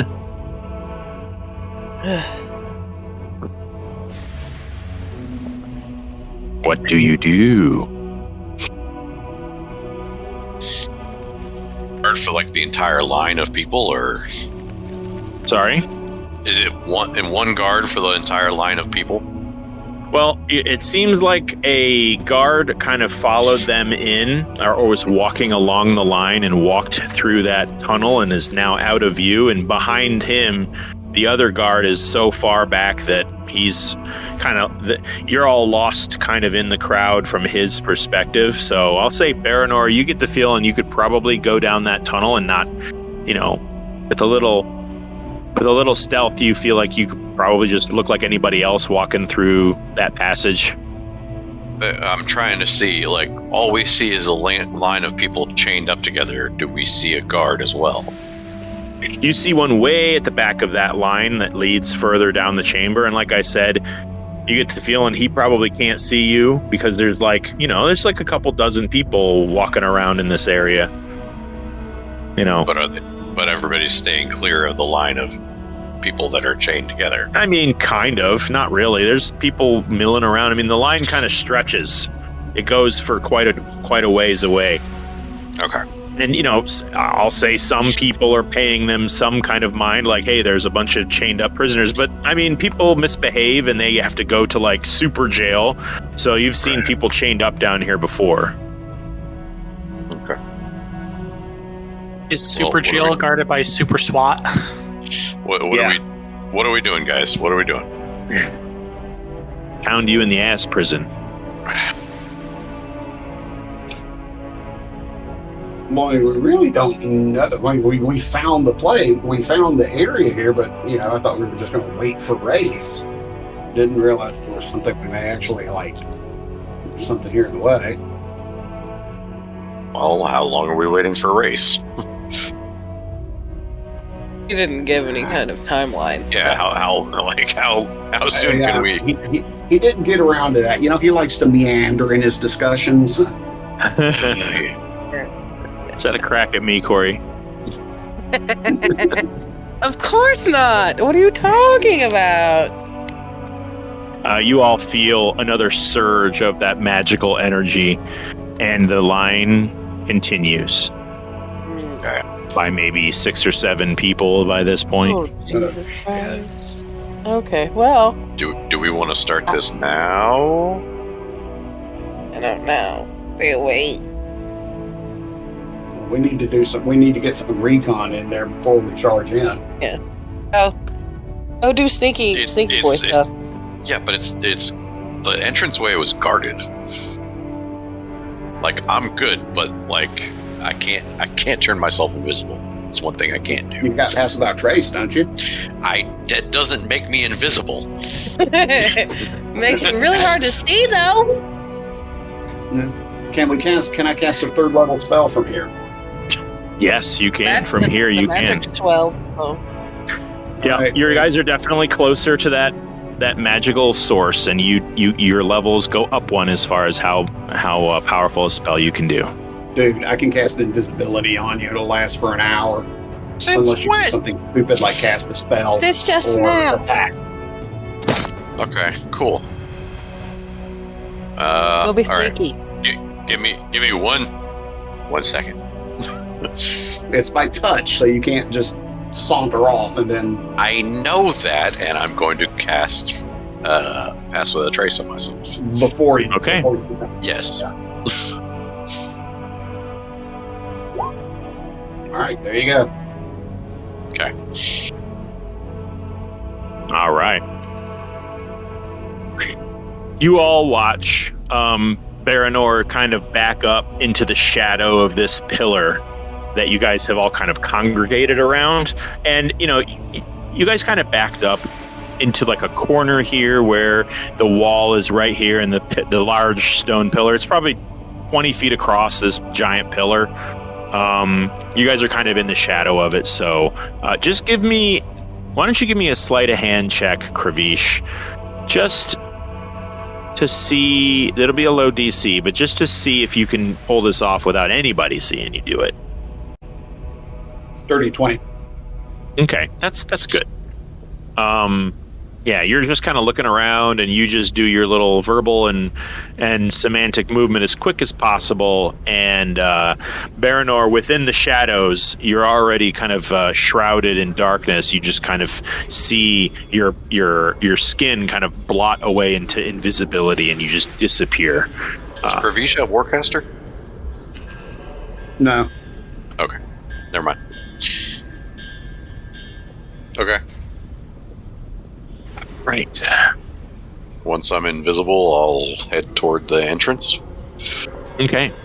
Yeah, you follow this line, and it sort of disappears around that corner that you were expecting, and you're tiptoeing through. So go ahead and give me a stealth check at advantage with your pass without a trace.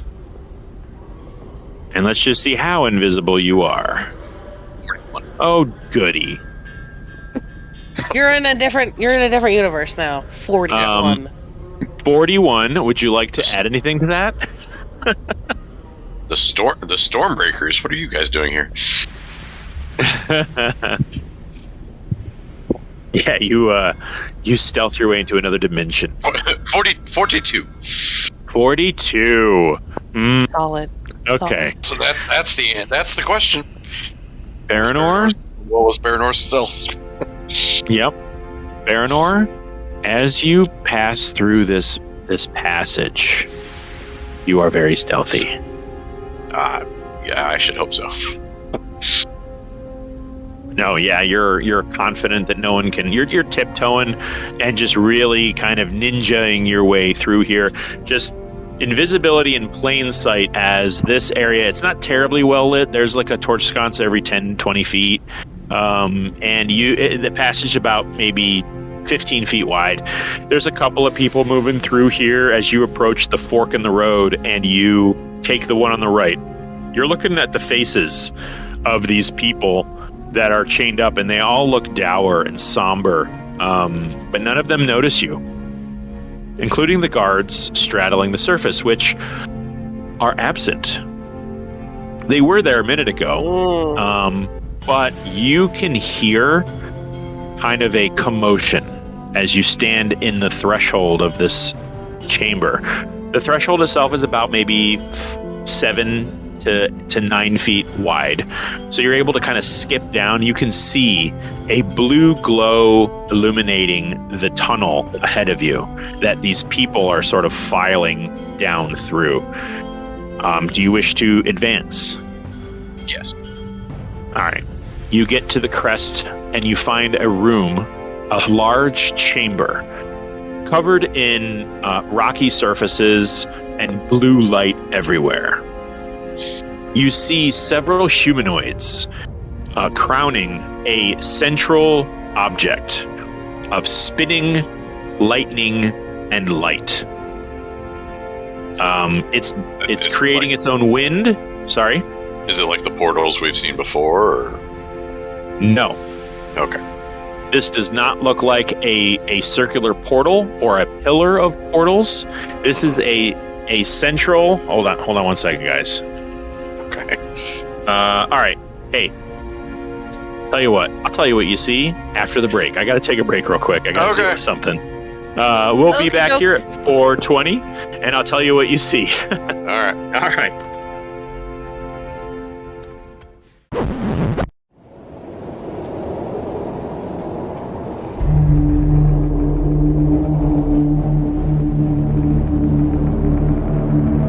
All right. Let's see. Everybody else is here. Is muted, but that's It's okay. I think he's with us. Yeah. Okay. Okay, Baranor. The path splits as you there is the one way in to the right. The path splits to the left, in the middle and to the left. And as you kind of shimmy down this tunnel,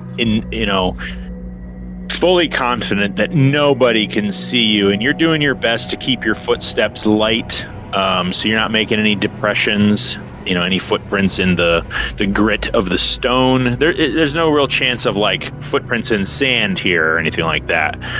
But you're doing your best not to disturb the environment. I would pass by the trace. I leave no tracks. So. Oh, there you go. You are blinded as you approach the entrance to this large chamber.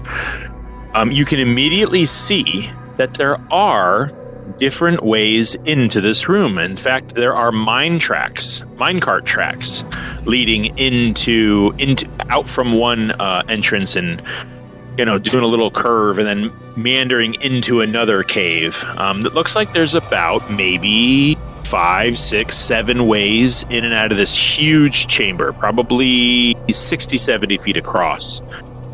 Occasionally you see a minecart full of rocks kind of in the distance on one of the tracks, just kind of careen through at a relative speed and disappear into another cave. But in the center is where your attention is focused. There's a blinding blue light with a whipping wind, kind of, there's a very strong current of air blowing beyond this central object. And surrounding this object are several humanoids. You can't quite make them out. But what you can make out is a pile of corpses next to this spinning ball of lightning. The first thing you can kind of see as your eyes adjust is a huge hulking silhouette. Oh. Uh-oh. It seems to be facing away from you as your eyes kind of are able to distinguish silhouette from shadow. And you see there are several smaller humanoids accompanying this large individual. You definitely recognize this as the sheriff. Too difficult to see his expression, but he turns occasionally and you can see the side of his face illuminated by this spinning ball of vortex energy. You also notice that there is the line of people are just to your right, and you can kind of feel confident that the passage to your left, where there's a large minecart track disappearing into, that you can observe everything really good from this tunnel. And, I'll say that you're snaking around the outskirts, not disturbing anything. There is a bit of noise the closer you get to this vortex, almost where it's drowning out the ambient sounds within this chamber. People shuffling their feet, people moaning in despair, and you see the sheriff kind of point and kind of give a hand gesture, and the other figures, they grapple with about 3 or 4 of these people and throw them into the middle of this vortex, and you just hear a collective shriek and they fall down dead. They pull them, drag them, and throw them on top of the pile of bodies. And you see one figure across the room on the other side of this vortex in this long blue robe. And you can't really see his facial features. The hood is down very low, and he's got his hands up, and the sheriff raises his hands, and all of you at this moment feel this surge of arcane energy. And the line moves forward. What do you do, Baranor? I send a psychic message back to the group. I got eyes on the sheriff. There's also some kind of caster in here with him. How many guards? How many guards are in the room? It's difficult to say. Somewhere between 4, 5, 6, something like that. The what's on the other side of the swirling vortex is kind of obscuring what's going on over there. Okay. I'll say, I don't know, maybe half dozen to a dozen guards in there. Hard to tell. I'll kind of give us a brief description of what just happened with the people.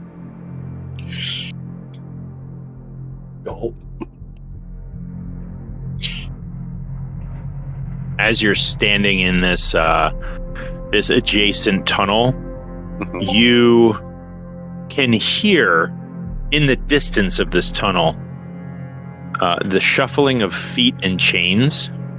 Okay. And it sounds like, because you have really good hearing, right? Yeah. Well, I mean, I'm very perceptive. Yes.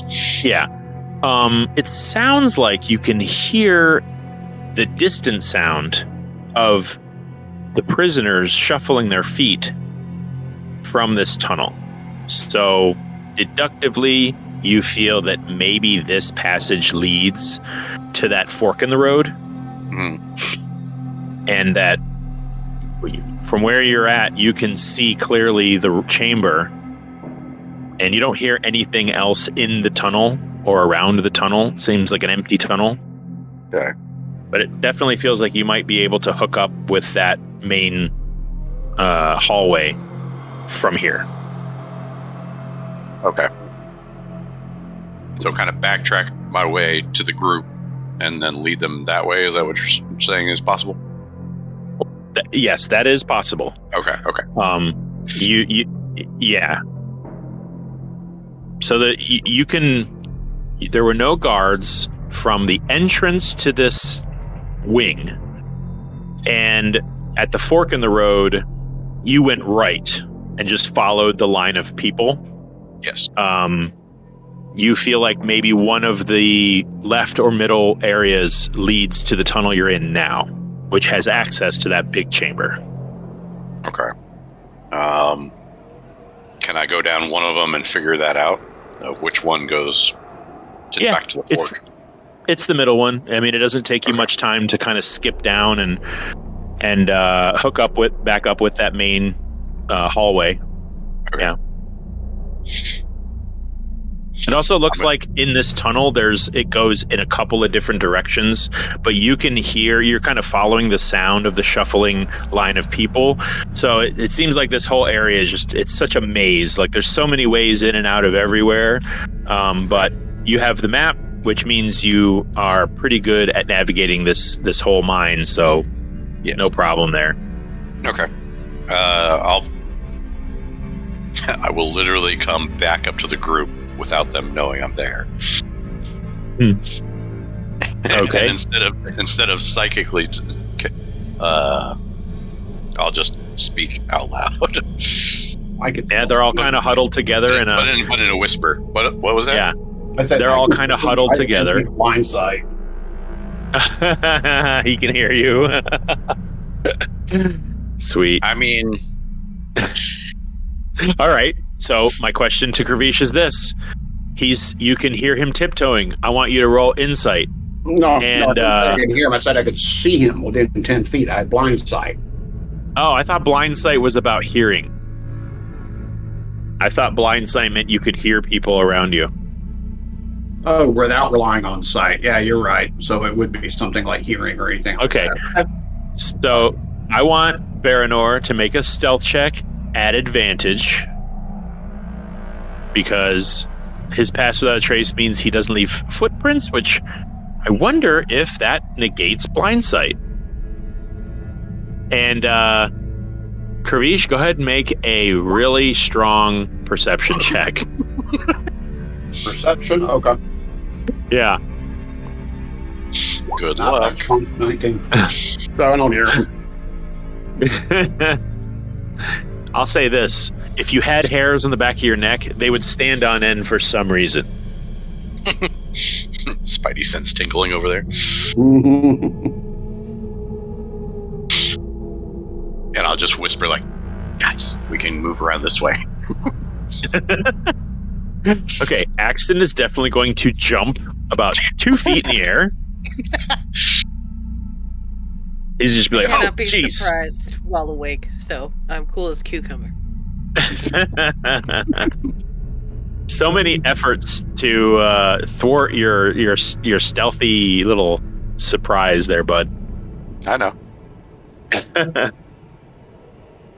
All right, Axton's going to tighten the grip on his pickaxe, and he's going to kind of go in the direction that you're...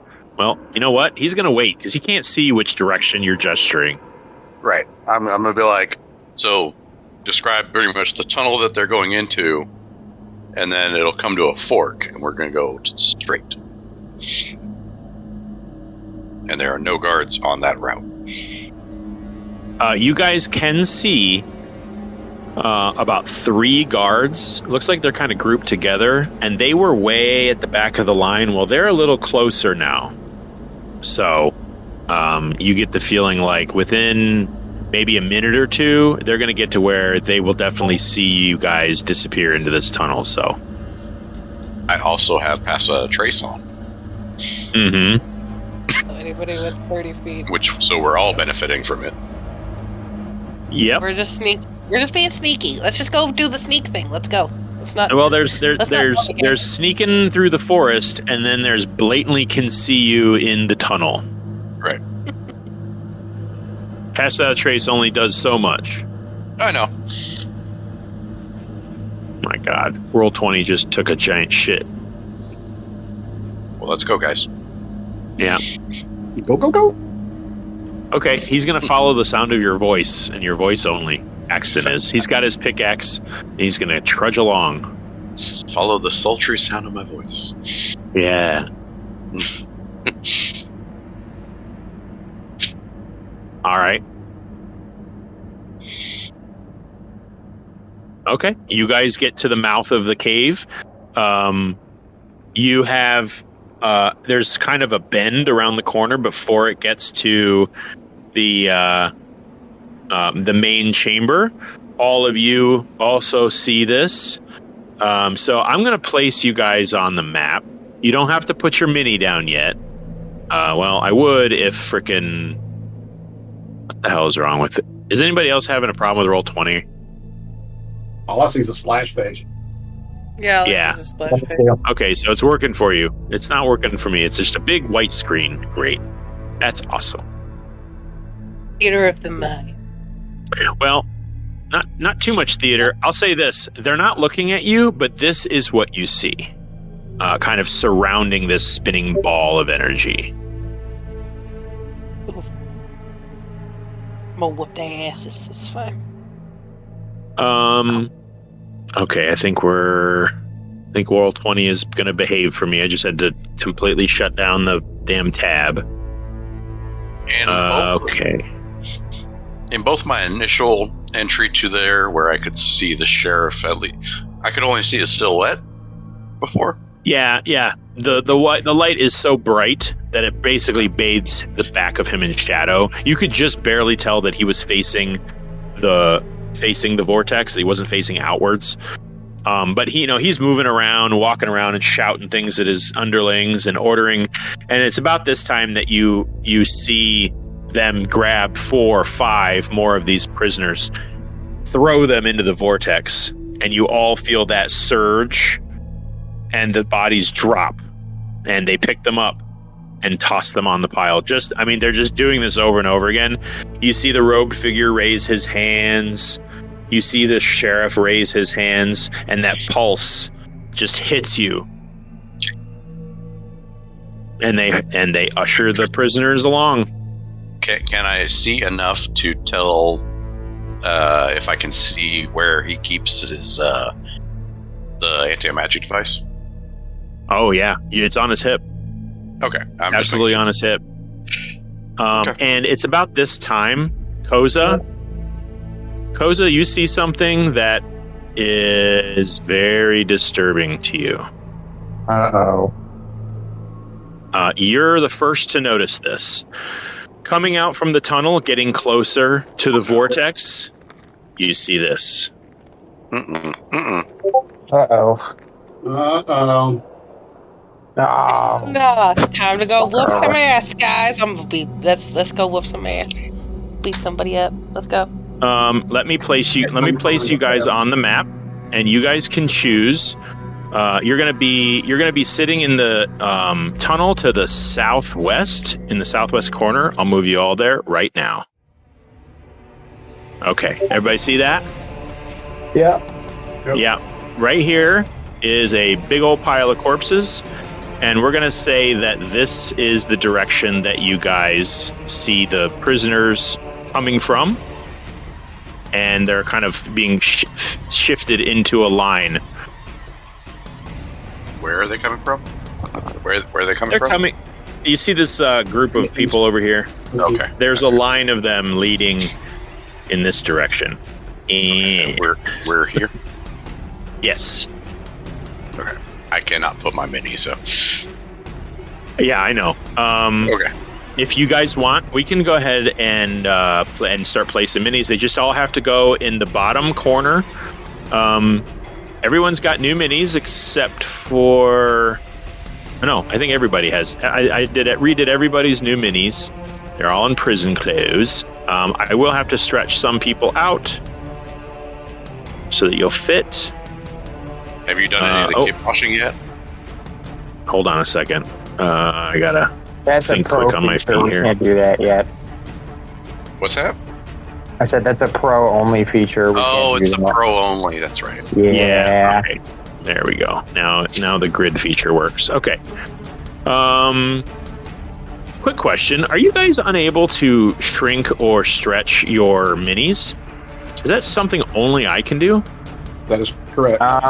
That's so weird. I don't think I have a problem with it once my mini's placed down. All right. There we go. You're good. Make sure you guys place yourself in the extreme bottom left corner. Baranor, let's get you on the field. Yeah, it's not letting me place mine either. There you go. Okay, I got you. Kervish, how about you? You good? Yeah, I'm good. I'm right here. Okay. There's too wide, Koza. There's such thing as too wide. There we go. Koza, there you go. And we got Axton. I just gotta zoom a little bit better. He's going to be down here. Right. It's you're the right size. Okay. You want to be that far into the chamber? There, that's what I thought. Right. How about Koza and Maven? Maven, you're too big. Hold on. There you go. Okay. That's nice. Okay. Yeah. Far bottom left of the screen, folks. So I will say that you are not. Let's just be fair. Let's have everyone make a stealth check. 10. And that's plus 10 to it. It is plus 10, plus 10. any other modifiers you may have.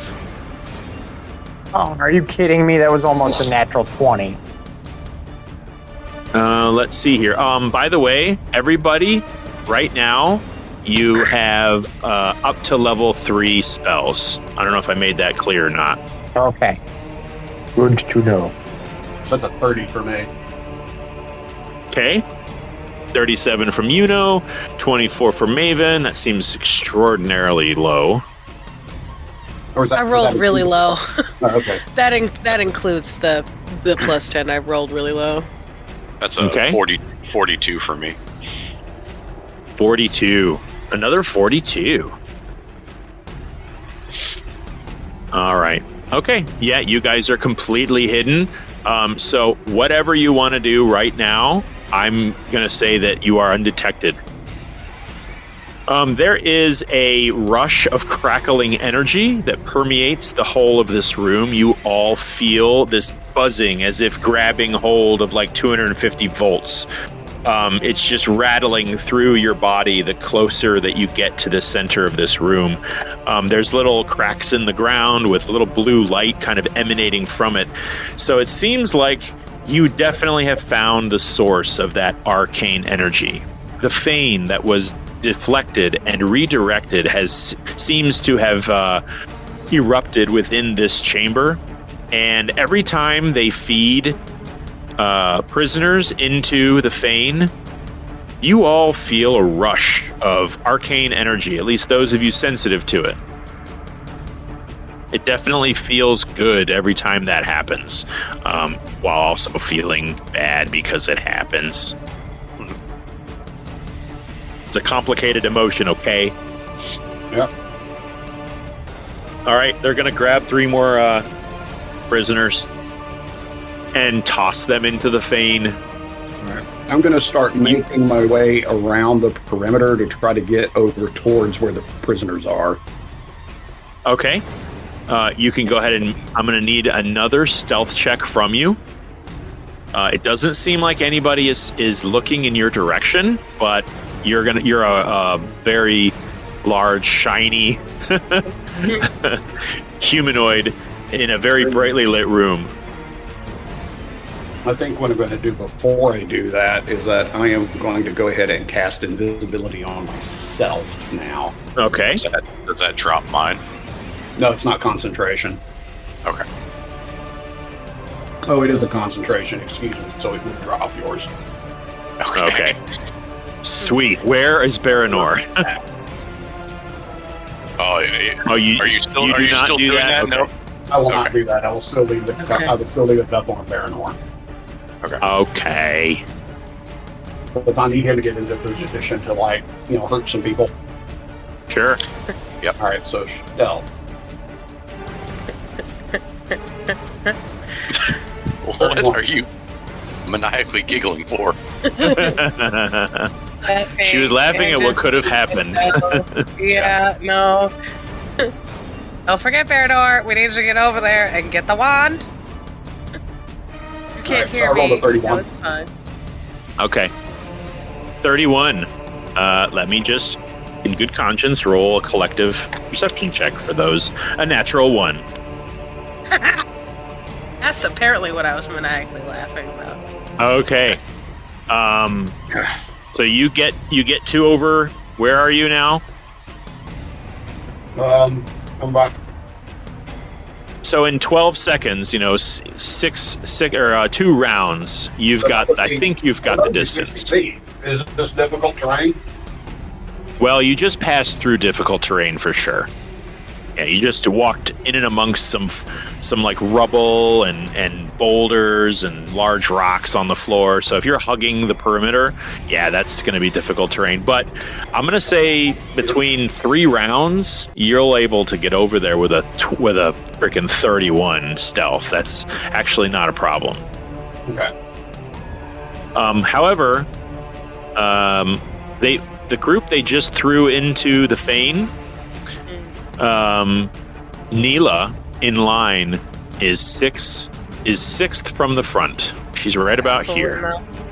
Oh no. Okay, well, I'm gonna make my way over there. So am I. Okay. I got plenty of checks from you guys. I'm 100% sure that I'll be fine. 32. Yeah, you're good. 31. You actually 21. do a little bit of wall running all the way over there.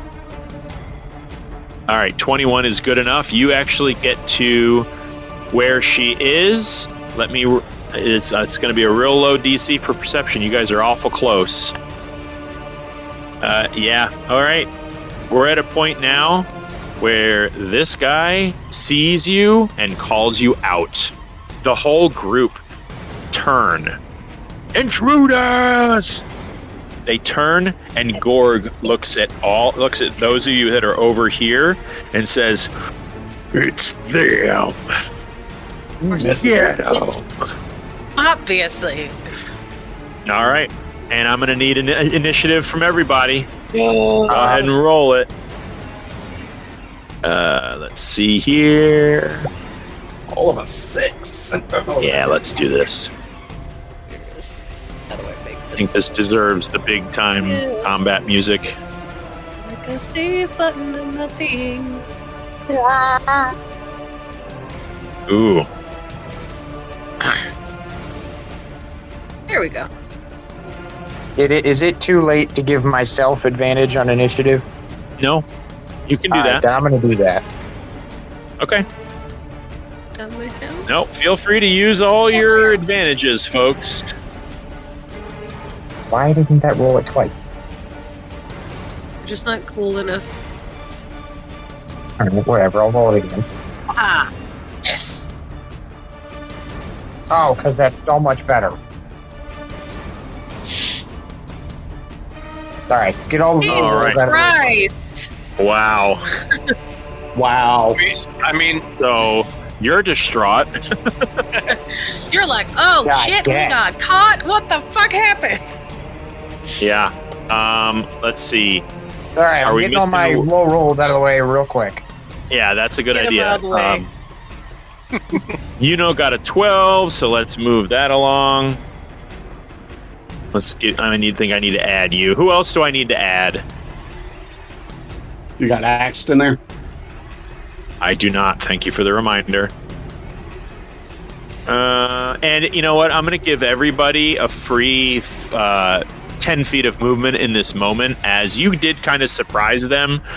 So if you want to scatter to a better position, I'll give you 10 feet of free movement right now before your turn. Let me bring up Axton's sheet so I can roll his initiative. Wow, he has a legendarily terrible initiative, doesn't he? no dex. No dex. All right. That's everybody. Let's descend this and start the turn order. Maven, unsurprisingly, Yeah, unsurprised. your initiative wins out. You are first. You're within melee of Gorg. So, just so everyone knows, any square that contains mine track is difficult terrain. Any square that contains loose rubble or rock is difficult terrain. And as they appear, these areas are shelf-like. So you'd have to climb to get on top of them, but each level, like you see the difference between this level and this level, there's a guy up there. I don't know why I put him there. Hold on. I could probably move him. Oh, Yep. He's going to be in the tunnel. Nope. In the tunnel. Oh, crap. I forgot. I have to turn off the grid so that I don't have to snap things anymore. Hold on. Such monotony. Okay. You are here. You are looking that way. You are here. Okay. That's better. I turn the grid back on. Okay. Maven, as I said, you are within striking distance of Gorg. I hate that I have to say this, but I'm going to say it anyway. The pile of bodies, any square with a pile of bodies, is difficult terrain. Makes total sense. Yeah. I mean, Baranor and Maven. What is the highest level spell you guys can cast? Like normally. my spells. Let me see. you have spells? Yeah, I do. I have spells. I have Misty Step with second level spell. Oh, that's right. I forgot about that. That's, Okay. that's all I got. All right. What about you, Baranor? And Level. just everybody else. Everybody else. I'm going to ask you the same questions at some point. What I level got second level spells. That's it. Okay. So both of you can do second level spells right now. Yeah. All right. What does Maven do on her turn with Baranor on deck? It's going to hit him as hard as she possibly can, as many times as she possibly can. Okay. As soon as you enter his space, Maven, because I think it's probably fair that you entered his space before. Oh, wait. Baranor is still invisible, right? Yeah. Yes. Okay, so he's going. As soon as you enter his melee space, he's going to make an opportunity of attack on you. Okay. Not very great. That's a 19. That does hit. It does hit. All right. He's going to swing at you with his giant great axe that he holds in one hand. Great. All right. That's a swing that collides with you just barely.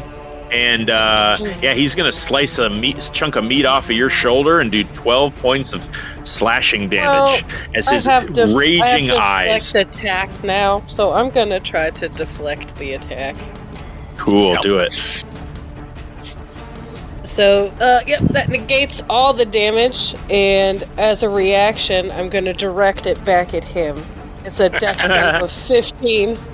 Sweet. I'm telling you. I got a natural 3 too. The new monks are ridiculous. Sick of me. You're gonna be sick of me. Well, okay, never. Takes 18 points of slashing damage from himself. All right. You literally grabbed the edge. It's almost like the edge or the side of the axe, the flat side, and just sort of like you did like this crane move and just redirected in like a Tai Chi way, and just it just slices off the front of his foot. Love it. Miss me? It just very angry sounds. All right. Loud noises. Now and I'm gonna hit him now again. it's your turn. Yeah. All right. It's 24 hit. 24 does hit. Okay. 14 damage. All right. 23 hit. Since you're hitting him for the first time, I'm going to reveal his life bar. Oh boy. And all right, how much? So the first one was 18. Okay. Yes. And then me hitting him was 14. Okay. 32. And then 23 to hit for the second time. That does attack. That does hit. 12 points of damage. Okay. Then I'm going to spend a key point, do flurry of blows. Oops. Didn't mean to do that. Hold on.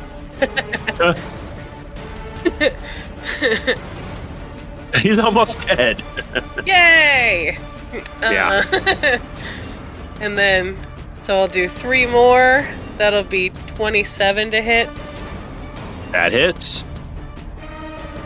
That'll be 12 points of damage. All right. 18 to hit. 18 does hit. Or 15 points of damage. All right. Last one is Damn. 16 to hit. 16 does not hit, fortunately. Okay. And He's just taking shot for shot, and your last punch just lands right on the top of his head as he kind of blocks it with his big dome. And that'll be my turn. All right. Okay. He is definitely going to expel a legendary action, and he's going to bring down that big double-barreled shotgun right at the both of you. And he's just going to back up about 3 feet. Can't see me. You can't see him. Oh, that's right. That's right. Okay. Well, they're both going after Maven then. Fabulous. The first shot is a 26. The second shot is a 16. 16 does not hit. All right. So you're able to twirl out of the way where one of them just kind of catches you on the shoulder. And only one of these lands for 19 points of damage. Gotcha. Yep. Fire damage, to be specific. Which, hey, I'm pretty I'm gonna used to say that. I'm gonna say you smuggled. I'm gonna say you smuggled in that fire resistance yes. pendant. I'll take that. Yeah, so that actually gets cut in half. So half of 19 is what, 9? 9. Yeah. And this spray of scattershot just kind of careens over you, and you see some of the little tiny BBs or birdshot or whatever he's got in there. They kind of blink out of existence with like little sparks in a way that maybe Gorg didn't expect, and he just kind of, his red eyes just burn, looking down at you like. But that is the end of his legendary action. Baranor, you are up. You are invisible. What are you doing? All right. Oh, just a note. You're gonna hear from me really quickly before you make your move. It's like I'm gonna have to drop your invisibility really soon. I'll do that for you. I'm gonna pop back into existence right in front of him with a stole knife already in hand, and stab up at him. Yeah, right up through his chin. And because I was invisible, I should have advantage on this. Although I have a ally with right next to me. I'm right there. You're fine. No, I don't. That's Pactex. No. So because I was invisible, my attack should be at advantage. Yeah, you just that's the act that will pop you into visibility. Right. 19 hits. 19 hits. Okay. Yep, it does. Okay. All right. 9 points of damage there.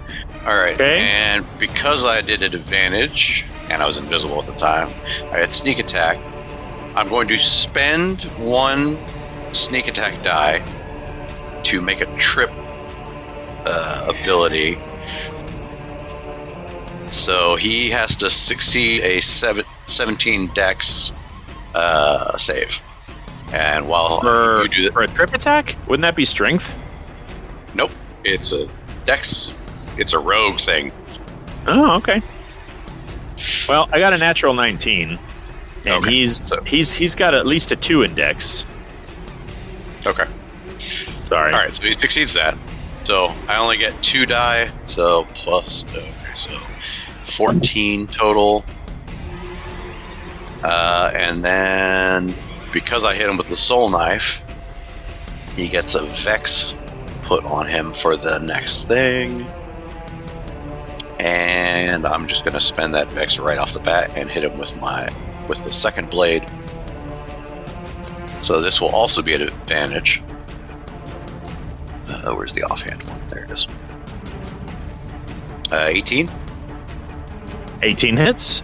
All right. Mm-hmm. And that's 6 more points of damage. So All right. is that 20 total? 20 Yeah, second sounds damage. like it. Chipping it away. Mm-hmm. All right. Anything else? I'll stay right there. I'm no longer invisible though. All right. I need you to make a strength saving throw, Baranor, as the sheriff reaches his full height, puffs out his chest, flexes his muscles, growls into the air. You puny little nothing. And he grabs you by the neck again. You've been here before, literally in this place before, where he has had you by the... Yeah, that's 24 for a strength. Yeah. He's going to squeeze and perform an unarmed strike against your neck bones. And he's going to do a bit of bludgeoning damage, I guess. And he's going to strangle you for... Is this a reaction that he's doing? Oh, nope, that one's wrong. Hold on. No, this is his move. This is one of his attacks. Oh, okay. I didn't realize it was his turn. Yeah. It is his turn and all the other baddies' turn next. Okay, gotcha. Was that 16 damage there? No, that was the wrong roll. I rolled that wrong. Okay. Okay. You take 6 points of bludgeoning, choking damage, I guess. Okay. And then he's going to, that's with one hand. And while he's got you like this, he is going to bring his great axe around, and he's going to try to cut your head off. Okay. He's just going to strike God. you super hard. That's an 18. That would hit. Yeah. Baranor, you take 19 points of slashing damage as he just rakes this axe across your whole head.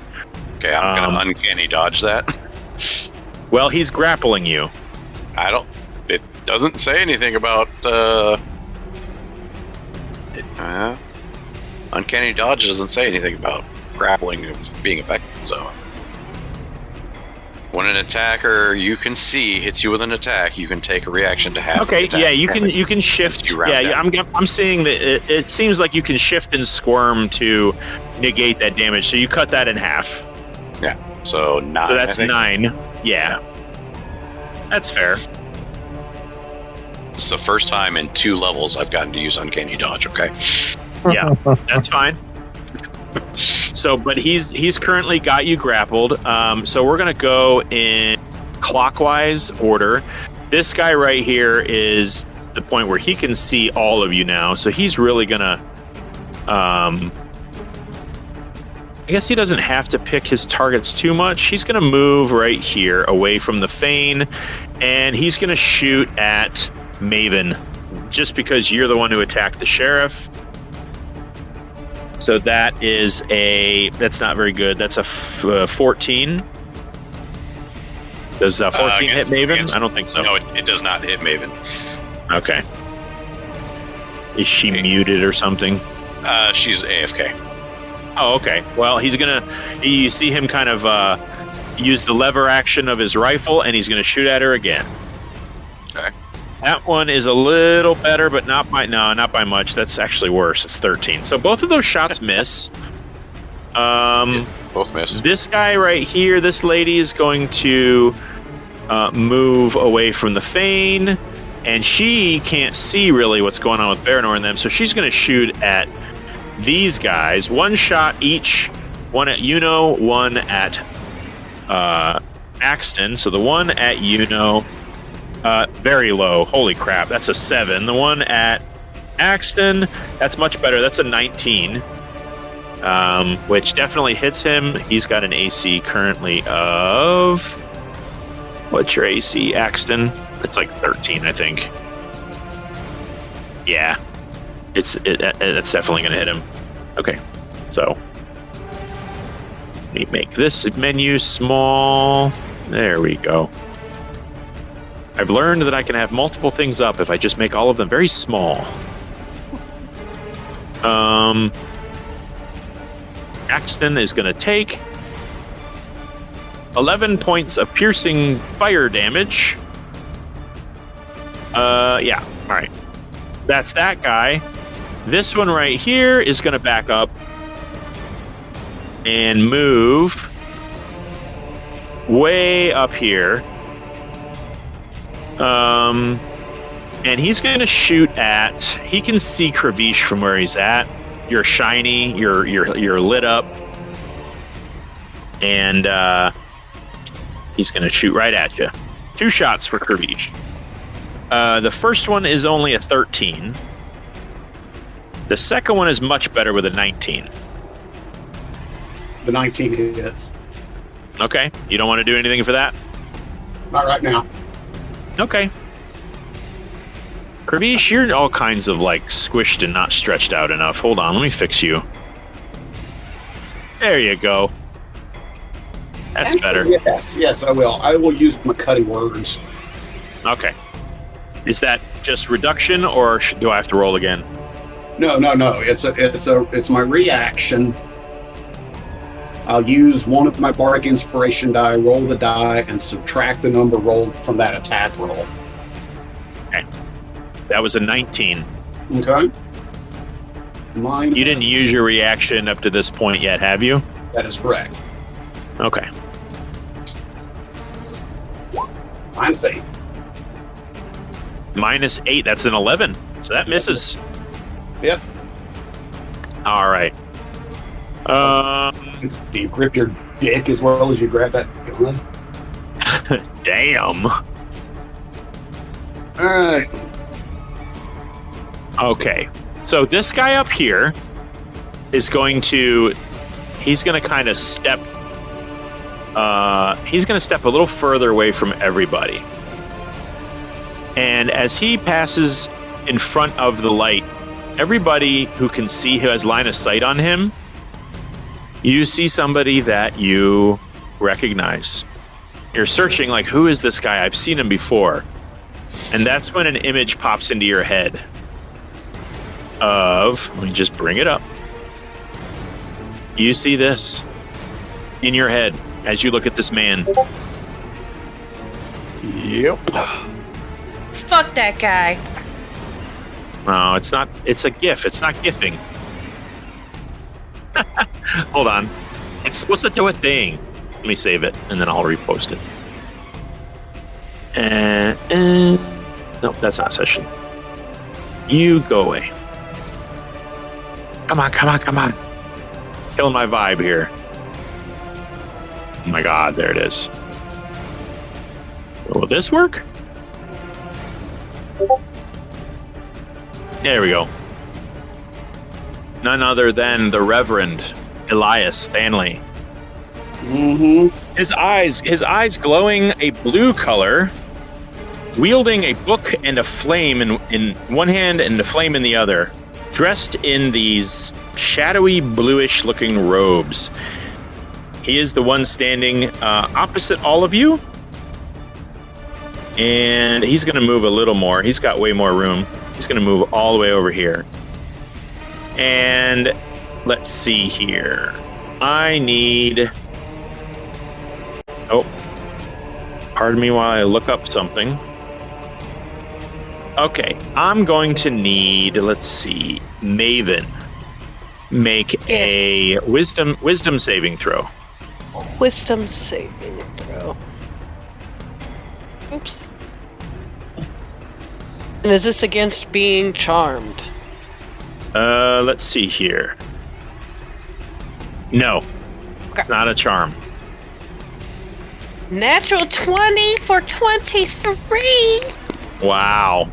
Hey. You feel This all is your a special- muscles. Yeah. You feel all your muscles kind of lock up for a moment, and you can feel pins and needles entering in your mind, all of your motor function centers of your brain, and you just kind of, you get this burst vision of Pelor. This close to the fane, you now have a connection back with your god. Oh, thank God. Through just raw arcane energy. It just breaks through that fogginess that you were experiencing before. And you just kind of shrug off those pins and needles, and your joints kind of crack loose, and you can see this hideous scowl on his face. And that's going to end his turn. I think there's a couple more people here, though. I want to flip him off. This guy, you want to flip him off? Yeah, you do that. Yeah. He definitely doesn't like that. He feels offended on every level. This guy's going to back up way over there and take a shot at Baranor. 2 shots to be specific. All right. Baranor, that's a 23. that hits. And that's a... What's that? I said that hits. And then a 21. Both hit. He's got a couple of 6-shooters over there. All right, the first attack lands. I rolled a 1. Are you kidding me? 6 points of piercing fire damage. Okay. He shoots you again. It lands for 7 points of fire damage. Okay. Rolled real low. He just kind of grazed you. Let me see. I think that's it. Pravish, you're next with Yuno on deck. Alright.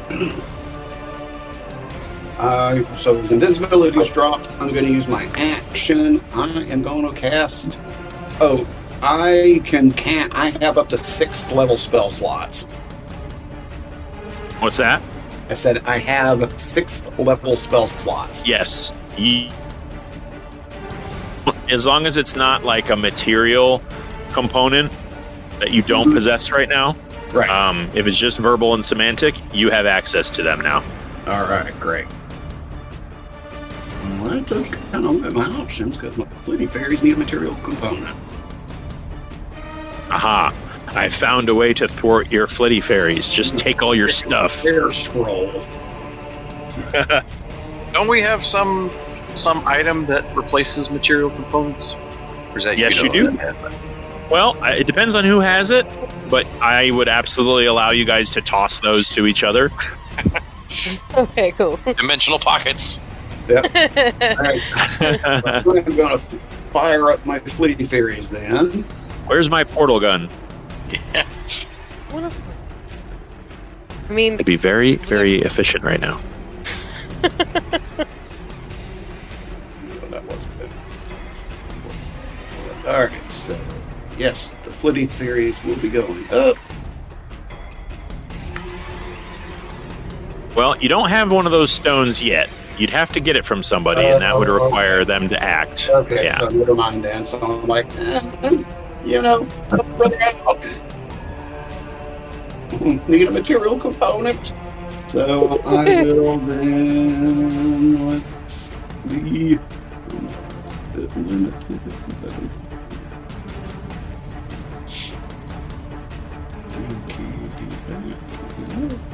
I mean, these are caves, right? I'm sure Yuno's found some. These are caves, right? I'm sure Yuno's found some bat guano around. Sadly, there are no bats in this granite cave. Ah, Bats are great though. Hashtag bat dog. that's funny. I've been every 5 feet I run into a Zubat. You know, I recently, last couple days, rewatched Batman Begins after not having seen it for like 10 years. It is so good. I think people forget that first movie. All right, I'm going to look over at them. And Yep. I am going to cast Synaptic Static. All right. Wow. What is that? And who are you looking at, and what are you doing? Here it is. It's not what I meant to do. I wanted to show you the spell description. It's not.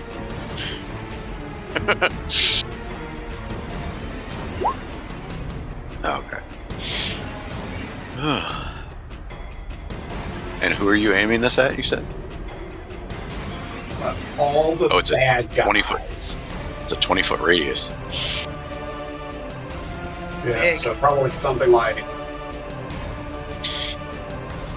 here. So, Oh, here we go. so I can try to get this guy here, this guy here, this hole here. Oh, 20-foot radius. Got it. Yeah. Well, I hate to rain on your parade, but you see this guy move his hands, and he's going to counterspell you. rude. Okay. It's a, well, I'm sure he can clear it, but it is a 5th level spell. Oh, yeah. All right. Let's see here. I have to roll for that. Because he's not casting it that high, otherwise he would. Wait, what's he trying to do? Sorry. Counterspell. I'm like, He's counterspelling. I'm going to counterspell Yeah, his counterspell. Yeah, you can't reach. Spell the counterspell. Unfortunately, you can't reach. Wait, where is he? He is up here. He's up here, and he's counterspelling him. Yeah, but I only Alright. need to reach this guy, and he's definitely within range of counterspell. No, counterspell is 60 feet. 60 right there. Oh, sorry, I You was could- looking at Dispel Magic. Yeah. Okay, so let's see. I have to roll against your spell DC, right? God, they don't give me the full description for counterspell. The DC. Okay, your spell is a level 5, you said? Yes. Okay, so it's a 15. And yeah, that's a 17. Sorry. Okay. You son of a bitch. Hey, man. It's like my only win there. That's never, ever worked before. Alright, so that's that. I ain't gonna move because I'm trying to stay here to protect these By folks. the new rules, it does not cost him the slot. Oh, really? It's okay. That's Yep. fine. I'm okay with that. I Yeah. I don't think that's true. If you get counterspelled, the person who got counterspelled, you don't lose the spell slot. Let me double check that. Oh yeah, at higher levels, if the level of the interrupted spell is less than or equal to the level of the spell slot you used, the spell has no effect. So since he casted that at a 5th and I cast it at lower than a 5th, I would say that. Oh wait, that doesn't say anything about the. Hold on. Yeah, that's just talking about it. Where are you seeing that you keep your slots? I know for abjuration wizards, if you cast counterspell and it fails, you don't burn the spell slot. But I didn't. Okay. All right. So in the new description of counterspell, you attempt to interrupt a creature in the process of casting a spell. This creature makes a con saving throw. On a failed save, the spell dissipates with no effect, and the action bonus action reaction used to cast. So I don't have to beat anything. Wasted. If that spell was cast with a spell slot, that spell isn't expended. That slot isn't expended. Yeah, but so we got to redo that roll because I don't have to fight his spell save DC. He's got to beat my spell save DC with his con save. So, Pravish, you make a con save, and if you beat my spell save with it, I'll allow it. Yeah. 16. You needed 17. Yeah. Sorry. So same result, but you keep the spell slot. Yeah, you can keep your spell slot. That's so cool. I like that. All right. That was his reaction. That was his reaction, though. Yep. You son of a bitch. He smirks at you. Yeah, keep that buck-toothed smile on your face. All right. I'm going to use... Let's see, I am going to go ahead. It's so fun listening to her talk smack with her mic off. I don't want to interrupt Yeah. anybody, so I'm just over here talking shit to myself. Oh no, talk all the shit you want. It's your table too. Yep. All right, I'm going to throw a healing word over Baranor's way. Appreciate that. See if you can get that, razor burn off. 8 points. 8 points. All right. Appreciate it. No problem. And Actually, a big choke. Appreciate it. Yeah. that's a lot. It was the Dukes. It was the Dukes. Yeah. All right. And at this point, I'll say the line of people that were leading into the fane has congregated here where you see them. Like they kind of backed up and gave you guys room. Solid decision, guys. All right. So I'm hanging back here, and that's my turn. All right. You are next. I'm gonna just huck a firebolt right at this guy's fucking face. Okay.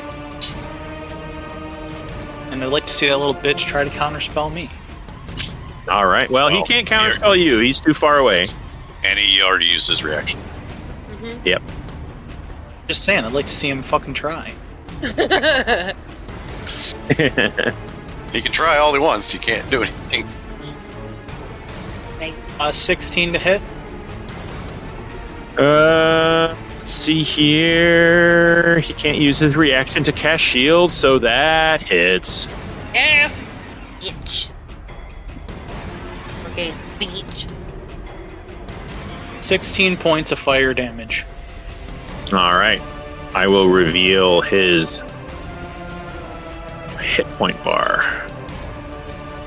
Wider than the screen is. Oh. Yeah, it's like resolution of your screen. 75,000 hit points, motherfucker. Yeah, it hits him, and as your firebolt skitters across. It doesn't do as much damage as you think. It's almost like he deflected some of it. It did kind of scorch his skin a little bit, and it created a wound on his cheek where it streaked across his face. And there's like, instead of blood, it's almost like black oil. Oh, great. Fuck that guy. And that's going to end my turn. All right. At the end of your turn, Gorg is going to pull from his hip a wand with a handle on the back of it, and he's going to shoot it right here. Great. Fabulous. Superb. Okay, so... And a reaction being used by somebody to chuck a... Not by you. No, not by me, but... Koza. Well, I don't know if... I mean, what do you got? There's no deck save here or anything. Let me get my thing here. Did you say that like if one of these fields get dropped, you can drop this little button down and it'll negate it? Yes, but in a specified radius. It's not like it kills that effect. It nullifies that effect, for whatever radius that device where you've never actually used one, so you're not exactly sure how wide the field of it is. You were given very limited instructions. It was like trying to assemble a Walmart shelving unit. It's like everything's in Chinese, and there's arrows and pictures to parts that you don't have. I mean, I got to imagine that trying to drop a anti-magic thing in the middle of a giant magic vortex probably is going to cause some issues. Yeah, I'll say Maven and Baranor, you definitely have a stomachache right now. Something's weird. All right, you said your turn is over. It is Axton's turn. He's going to use his full movement. Can he get there? Yes, he can. And he is going to sink his frickin' pickaxe. Here we go. He's going to sink his pickaxe in this dude's skull. He's going to take 2 attacks. Come on. No, not the great sword. There we go. Ooh, 11 does not hit. Let's try that again. Ooh. He could use it. 18 does hit. I was about to say he could use that heroic inspiration and roll that first attack advantage if he wished to. Yeah, he's definitely going to want to wish to. So we'll say that 18 counts for his first attack. That's going to be 12. Let me get this guy's. Oh, I got to move Axton, or I'll just move him to the back. Okay, got to get this guy's hit point value visible. I'm doing that every time somebody hits him for the first time. And 12 points. All right. He's going to save his action surge. He feels he's going to probably need it. So that's going to end his turn, except on his, let's see here, bonus action, he's going to call forth his spiritual weapon. That's his bonus action. He's going to move this. Actually, he's going to spawn it. How far do I get? 30 feet, I thought, but they were wrong. Spiritual weapon. Yeah, but he can cast it somewhere. How far away from him can he cast it? Range 60 feet. Good, okay. So, he does not like the guy shooting magic. And he can reach him. And he's going to hit him in the head with a big magical axe, or a big magical hammer. Which is... Oh, I got rid of his sheet. Hold on. Cozy, you're up next. Maven after him, so plan your turn accordingly while I muck around with a bunch of windows. Oh, don't worry. I've got something pretty advanced. All right. He can hit him once. He hits him for a 16. Whoop, whoop. Okay. which he still cannot use his reaction yet, so he's going to take those 6 points. All right. Okay. That's going to end Axton's turn for sure. Koza, it is your turn. Maven, you are next. All right. I'm going to cast my favorite spell on the sheriff. Hey. And I'm going to put a big old moonbeam right on his face. Okay. How much room do you need above? 40 feet. Is there a 40? It's only like 20 feet here. There's not it's a very low ceiling. Well, in that case... I don't know if that matters. Does that matter? Does it matter? Let me check. I don't think it matters. It just creates a 5-foot radius. Yeah, it just says 5-foot radius, 40-foot high cylinder. Okay, Set so it it on can point. be 40 foot high. Yeah. So you could really mess up a column of floating imps. Sure. Real bad. Sizzle them. Okay. bitches. Alright, so I'm gonna put moonbeam right on its face. I need a deck save. Or no, con save, sorry. Save, motherfucker. Where's my dice roller? There it is. Con save, you said? Con save. All right. He has very good con, just so you know. Well, he's got to be a 16. Oof. 21. Jesus. He'll take half. That's Half fine. damage, motherfucker. Okay, 2d10. Alright, so that's 6 points of radiant damage. On my Okay. bonus action, I'm going to cast... Hang on, let me find it. That's all the damage it does. If I'm casting it at second level. Okay. Gotcha. Where Doesn't scale with your levels. Oh. I have to upcast it. Oh, okay. All right. On my bonus action, I'm going to cast Spiritual Weapon. And I'm going to put it right next to Maven. Right there. Boop, boop. And then I'm going to have it hit him. Did you put it on the field? Because I don't see it. I don't have it, I don't think. Hang on. Let me see. Well, then you can't cast it. Oh, no, I do have it. I don't know that I can put it on the field, though. All right, I'll do it. Hang on. There you go. Where do you want it? Right there? I want it. Okay. Well, Yeah. unfortunately, that doesn't work because you are within a field of anti-magic. Actually, your moonbeam doesn't work either. What am I thinking? Are you fucking kidding me? I told you he shot out the thingy. Yeah, you're within. I'm making the field invisible so that you guys can't tell where it is, but you're within it. Fuck all that shit. I'm throwing a button down at him. Okay, let's try this again. Is that an action or a bonus action? Bonus action is fine. Okay, that's fine. That I will make visible.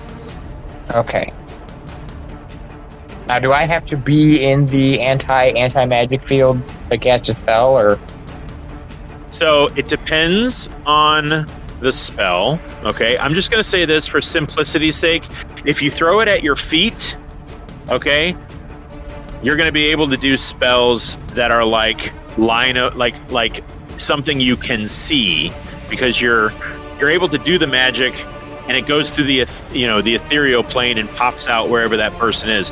If it's a line of sight thing, like it's a firebolt or something like that, it's only going to be visible wherever you are to the limits of that anti-magic button, and then it's going to fizzle out if it goes back into that anti-field. So I'm just letting you know that those are the physics of it. Well, in preparation of that, I'm gonna move to like right here. Okay, you are no longer in the anti-magic field. You can feel the... Hold on. You can feel the arcane...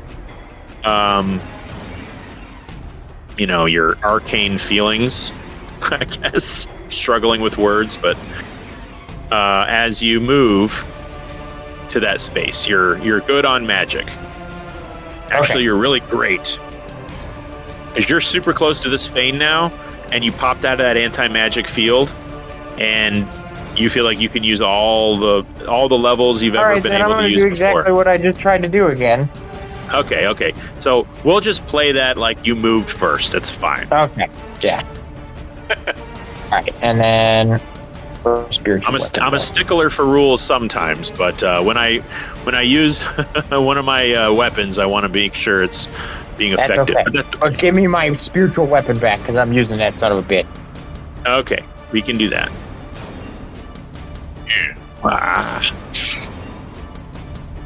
There we go. Oh, hold on.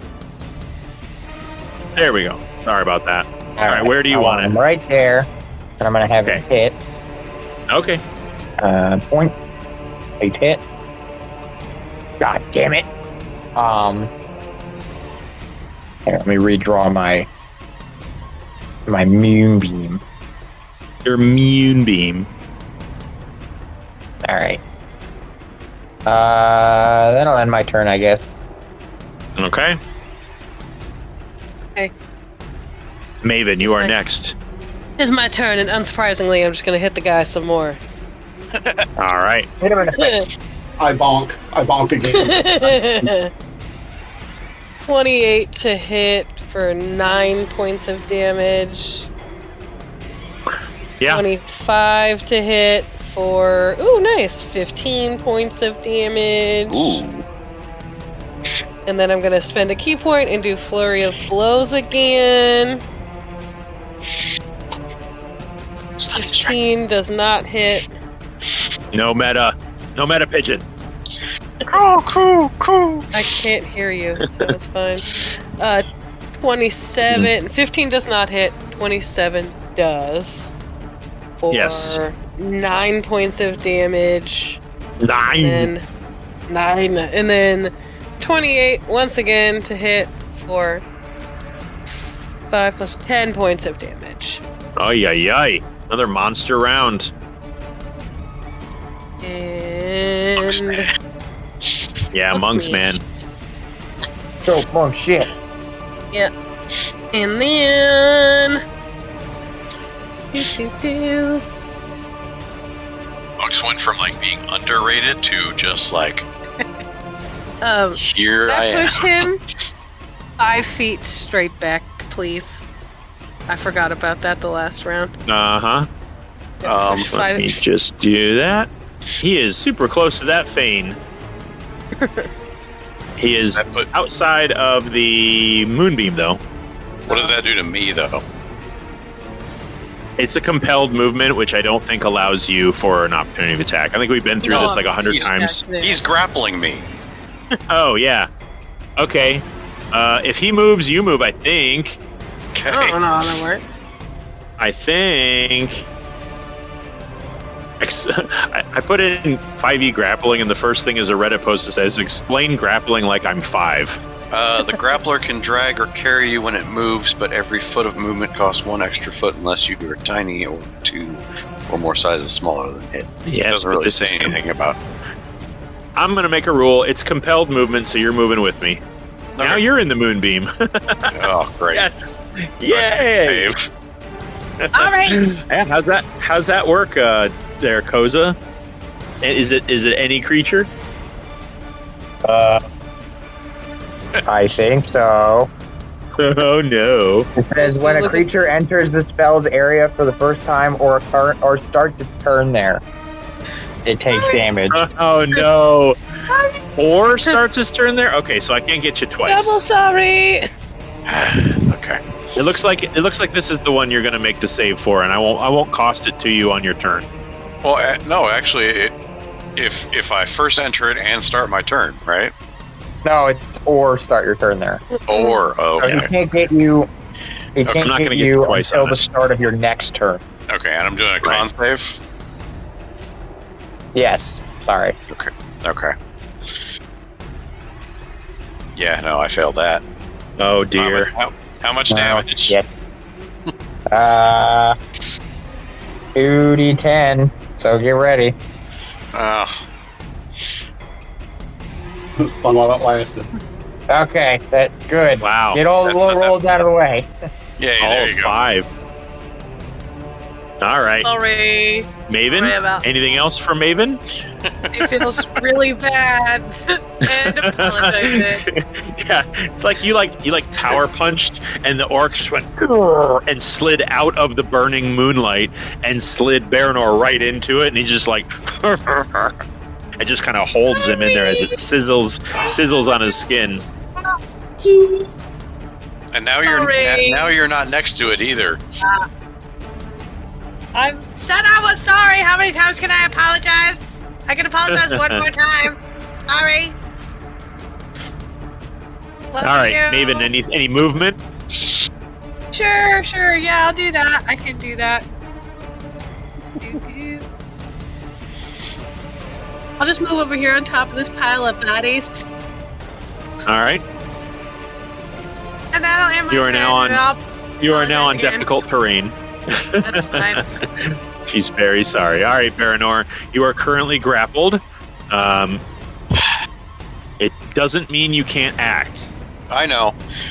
This it changes what I was gonna do, but all right. All right. I'm going to look at him like you chose this, and my hands or like my fingers are going to develop claws as I'm going to cast Primal Savagery on myself. Yeah. Okay. Nice. And make an attack. And miss. Oh, come on. Damn, dude. I can roll what? it. I can do the heroic, whatever it's called. Yep, heroic inspiration. There we go. Unnatural That's 20. much better. Yes, that hits. Okay. For 20 acid damage. Damn. Woo! Love that. With you caused acid damage with claws. That's pretty metal. That's what fucking it does. Did you turn into a tiger? No, so it just causes your teeth and fingernails to sharpen, ready to deliver a corrosive attack. Ew. Did you look like a tiger though? I'm getting remnants of Shekis in this. Yeah. Maybe you gleaned something from her that's Yeah. showing itself now. Yeah, she brought a little bit of that out.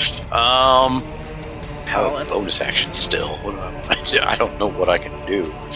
I mean, he still has you by the throat, so. I know, but Yeah. bonus action.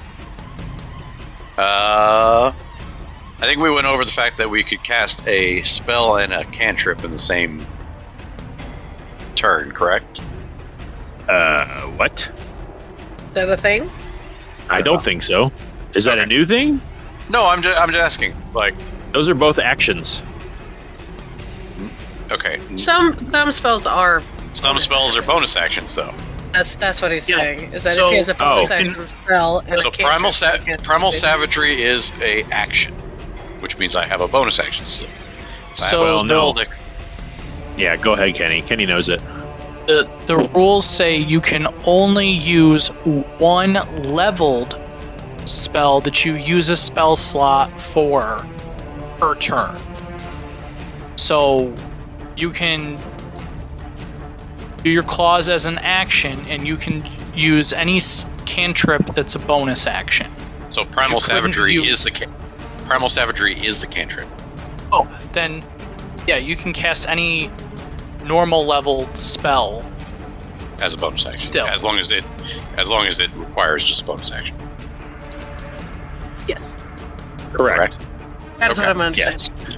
Yes. Okay. I will use my bonus action then to cast Hunter's Mark with one of my free Hunter's Marks onto the thing, which I probably could have done first. Probably, but at this point it's too late. All right. So Okay, on we're gonna Gorg. 3.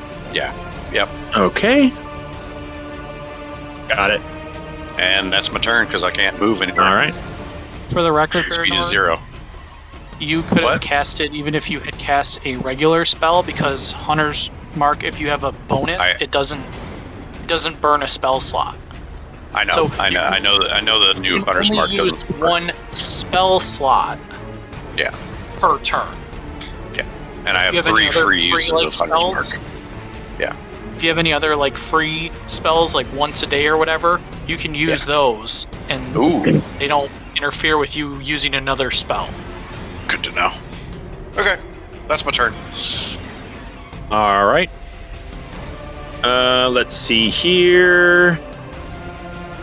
All right. Baranor. Gorg regards you with intense malice. He's got you by the throat. He does. He looks at you.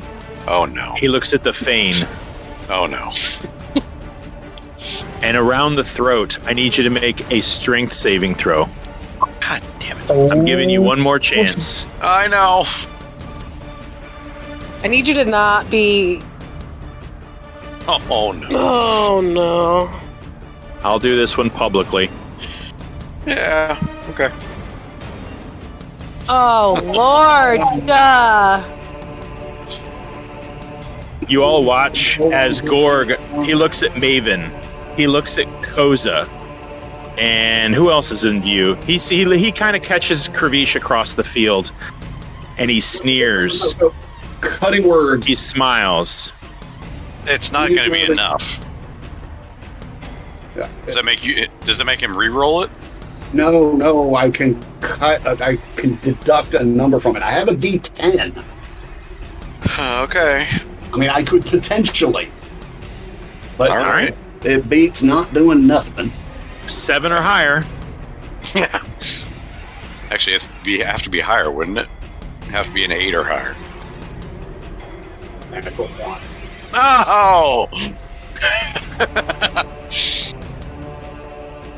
Baranor, you feel him lift you up into the air, and he sneers at all of you, and his burning red eyes rest on you, and he says, "For the power of Zarlik," and throws you into the fane, and you all watch Baranor's body get completely consumed by light. You all feel a surge of arcane energy. Baranor falls limp to the floor, motionless. Damn. Baranor, unfortunately, you are now effectively out of the turn order. Yep. But don't. Actually, I'm not going to take you out because I'm going to allow you to make some death saves. Okay. That is one of his actions. He's going to burn his action surge and turn towards Maven. Let's just go ahead and put you right there. You could take off Hunter's Mark now too. There we go. Okay. And he is going to attack you twice with his great axe, Maven. As you just watched him sacrifice Baranor to the fane. The first attack is a 19. That hit. Second attack is a 13. 13 does not hit. I will deflect the first attack, so. All right. The first attack hits you for 19 points of slashing damage. Okay, well, let's see. I deflect all of it, and then I will redirect, deflect that shit right back for 23 points of slashing damage to himself. Jesus. He really hates this this thing you do to him. It's You said 23 2d10. points? 23, yeah, it's 2d10 Holy plus crap, 5. man. Jesus. All right. Monks. Hell of a hit. Yeah, you basically, he tries to slash you with it, and you dodge out of the way. It gets stuck in the ground, and you grab the tip of it and just basically mush it right into his face, and you gouge him in one of his eyes.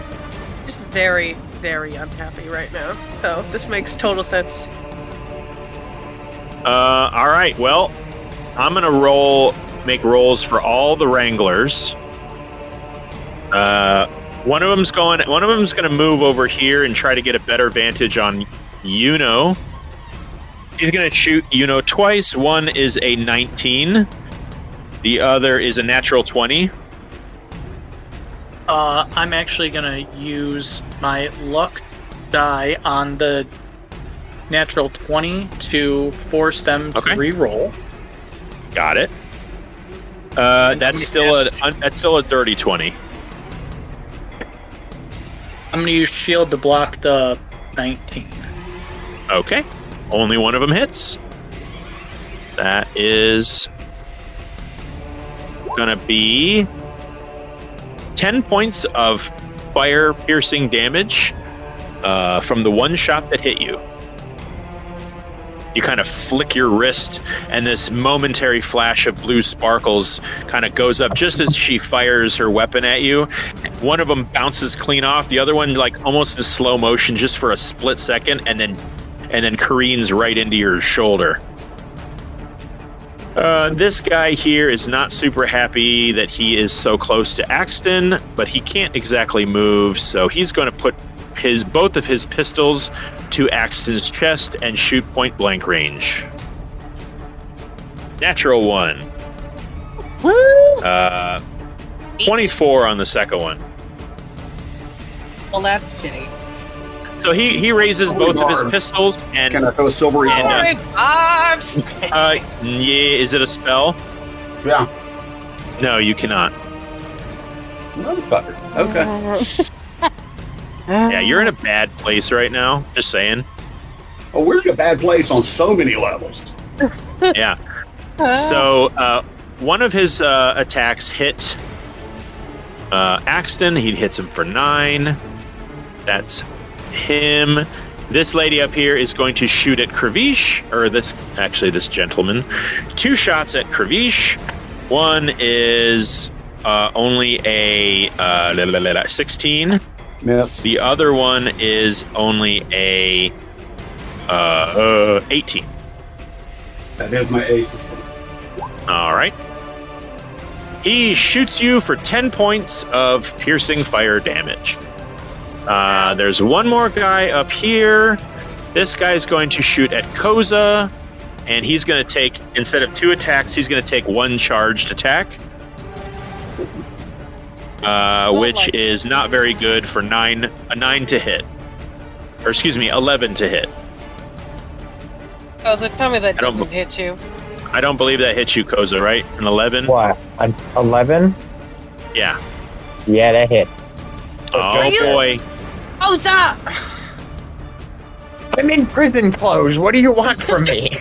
Okay, Koza, you take 16 points of fire-piercing damage as he shoots you from across the field. The Reverend is going to use all of his movement. Oh, dear Lord. Yep. And he is going to perform Interbulate. Interbulate? I don't like that. He gets real close to the fane, almost hovers above it, and you see this magic zone around him as well now? Sorry? Isn't the anti-magic zone, isn't he in it now too? No. That is incorrect. You don't notice that the magical fane weakens after he shot that shot. You just, I'll do this for you. Koza was here, and he was in it. Baranor was here, he was in it. Karish, you're here, and you're in it. So it's at least that big. But it doesn't seem to be affecting the fane. Oh. And he's gonna... I guess I wouldn't have been able to do my primal savagery then. No, you were right here. You were like... You said I was in it, though. No, a minute before you were in it, you were over here. Oh, okay. You then moved. You were moved. Yeah. Okay, gotcha. So, he's going to hover above the fane, and you see all of these stones all over here start to wobble and shake.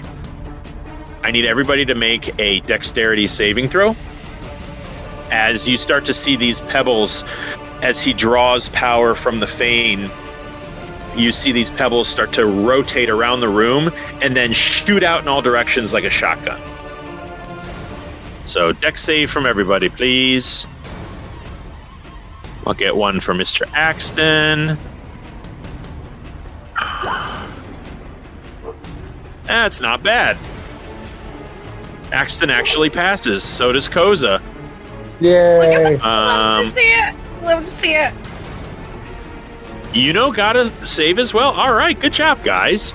You guys kind of saw this, sort of saw it as, it was like there was too much buildup. So you're like, oh, these floating rocks, he's going to shoot him at us. All right, and you kind of got ready for it, and you were able to get out of the way. So you only take 7 points of bludgeoning damage as these rocks sort of careen around you. He's just going to kind of hover there, and that's going to end his turn. He's about, I'm going to say he's definitely 10 feet above the ground right now, kind of hovering and absorbing this fane's energy. That's going to end the bad guy's turn. Kirbish, you are up, buddy. All right. I am going to again.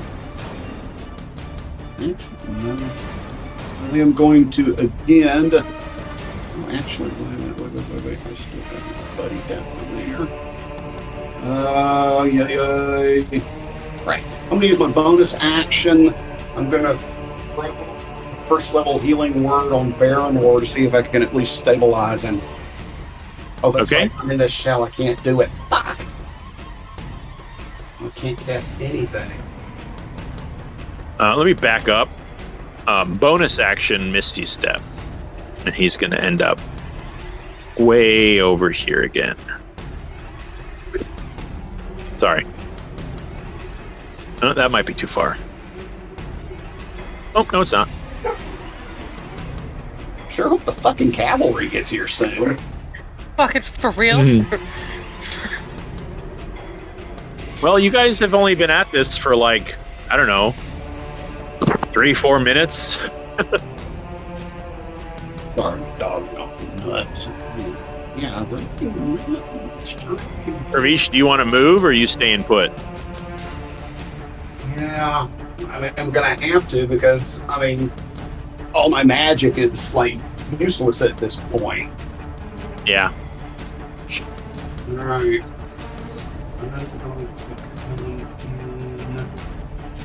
Maven, are you proficient in sleight of hand? No, I don't believe. I will check, but I don't think so.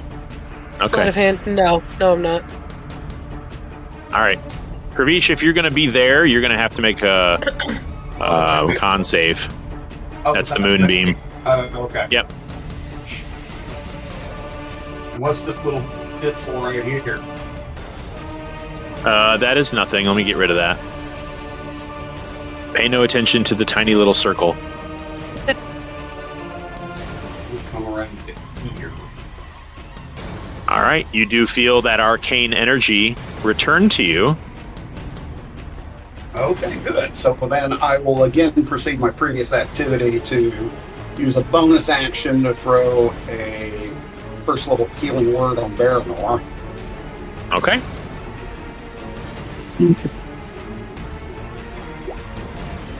Nine points. 9 points. Baronor, you regain 9 points. You are still unconscious. Oh. Okay. Alright, and then I'm going to use my main action. Let's see. Right here against this guy. I'm not in position to flank this gentleman, correct? No. And I don't know if I have enough movement. Yeah, I think I used up all 30 feet of movement to get up to this way. So I guess I'm just going to have to take my bowling ball on an axe and handle and swing with my mace. What are you swinging with? A mace. All right. 30-20. 30-20 hits him. Break his face. For 5 points. Or not. Yeah. You are in my way. Okay. Nice. It bludgeons him hard. He does not like it. All right, now that's the turn. All right. You're up, bud. Okay, so we have established that he is not in the fucking anti-magic field. Okay. Yeah. So far, Koza here feels fully magically refreshed, and Kravish here feels magically refreshed. And there's no effect on the moonbeam here. So, just... Whoop. How far away is he? 85 feet. Perfect. He is going to take a fireball bolt to the face. Who's that? Which one? The Reverend. Reverend Okay. Dickbag. All right.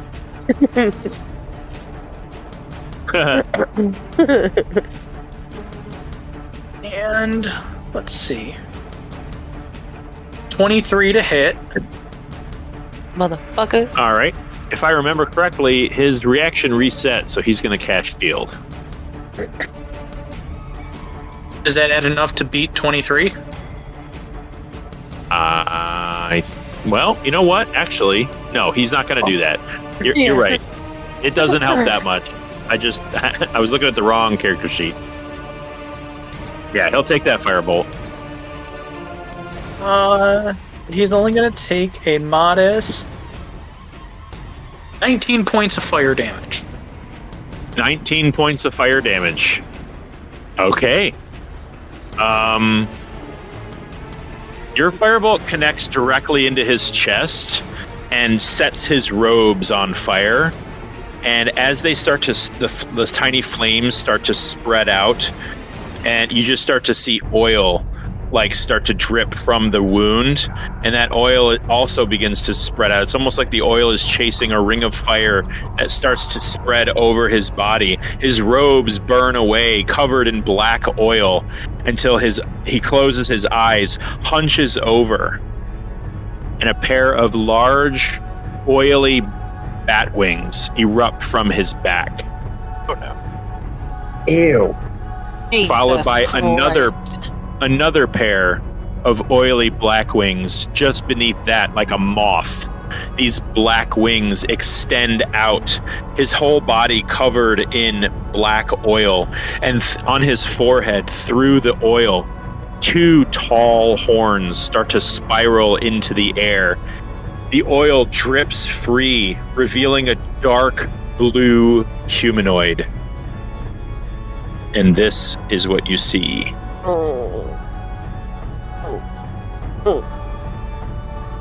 Surrounded by blue flames that lick the oil dripping from his body. You see a great Cambion with 2 sets of bat wings. He carries a large green scythe in his hand that extends from the book that he was holding. Let me replace this guy with this guy. You see this dude? He's huge. Rawr. Reverend Elias Stanley's true form is revealed. Oh, we hate that guy. The Cambion Zarlik. Oh my god, of course. And just for fun, I'm going to dispel the anti-magic field. Okay. Cast dispel magic. That's definitely got to work, right?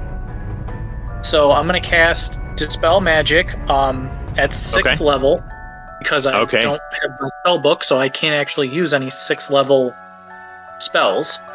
Gotcha. Which means that if the spell for the anti-magic is less than 6th level, it immediately ends. Yes, it does. And I will reveal where it was as a shimmering field, like a dome, becomes briefly visible and then dissipates into dust. It was right here. But Barely made it out of there, Koza. no kidding. Yeah. And that will end my turn. All right, but it is gone. It is dispelled. Okay. No more dispel. No more anti-magic. All right. So, is that going to end your turn, bud? Yes. Okay. Yes, it will. It is Axton's turn.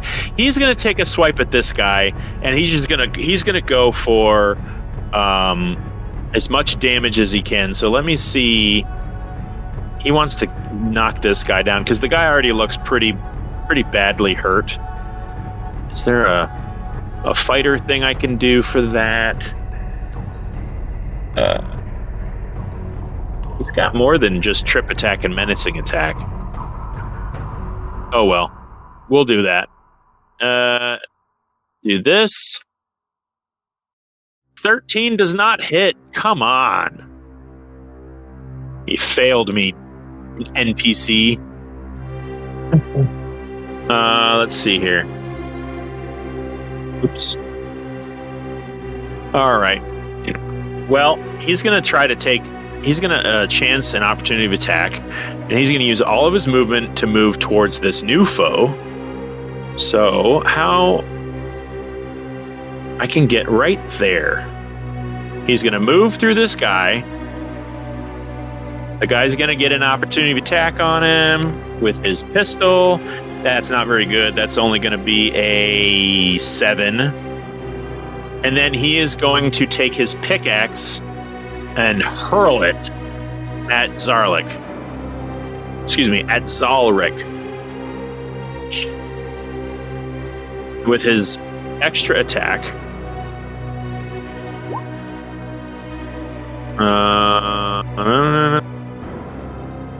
Let's see, and then his action surge. That's 17 to Zalric. And then he's going to burn his action surge and use the dash action and get all the way up to him. And then he's going to bring his spiritual weapon over and bonk him on the head. Bonk. Right in between here. Whoa. Wow. 17 misses Zalric. And that's going to end Axton's turn. Koza, you're up. Maven on deck. Okay, I'm going to move my moonbeam back onto the sheriff. What kind of damage is that, by the way? Radiant. All right. So he takes... Well, he needs to make another con save. Okay. Yeah, that's a natural 20, bud. Oof. I'm sorry. Stop rolling so goddamn good. I'm sorry. I told you I rolled all my natural ones before we played.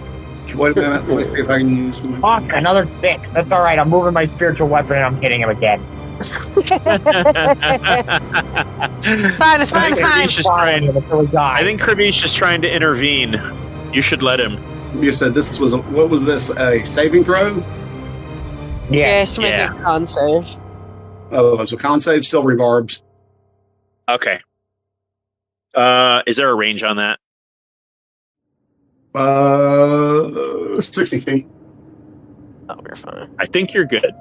Yes, you are good. I will roll that save again. Con save on the guy is a 15. 15 for the sheriff. So it went from an How did that? to 15. Yeah. Noah, how does that work with a 15 con save? He failed. Okay. He had to go to All right. 15. The sheriff takes full damage. Alright, perfect. I'm gonna hit him again with my spiritual weapon. All right, so he takes the full 12. Let me get that out of the way. And then I'm going to take advantage for myself, the second part of the silvery barbs. Okay. All right. What's your attack for your weapon, bud? Spiritual weapon. Let's see. Sheriff's looking pretty hurt, by the way. I don't know if you guys can see that. Yeah. I think it's just this Not spell I bad. have going on. Take off. Okay. Yeah. Okay. So okay. D20 plus 3. Fuck yeah, dirty 20. Nice, Yes. that hits. Yes. So that's a, it's a D8 plus another 3. So that's 10 points of an additional radiant damage. Love that. All right.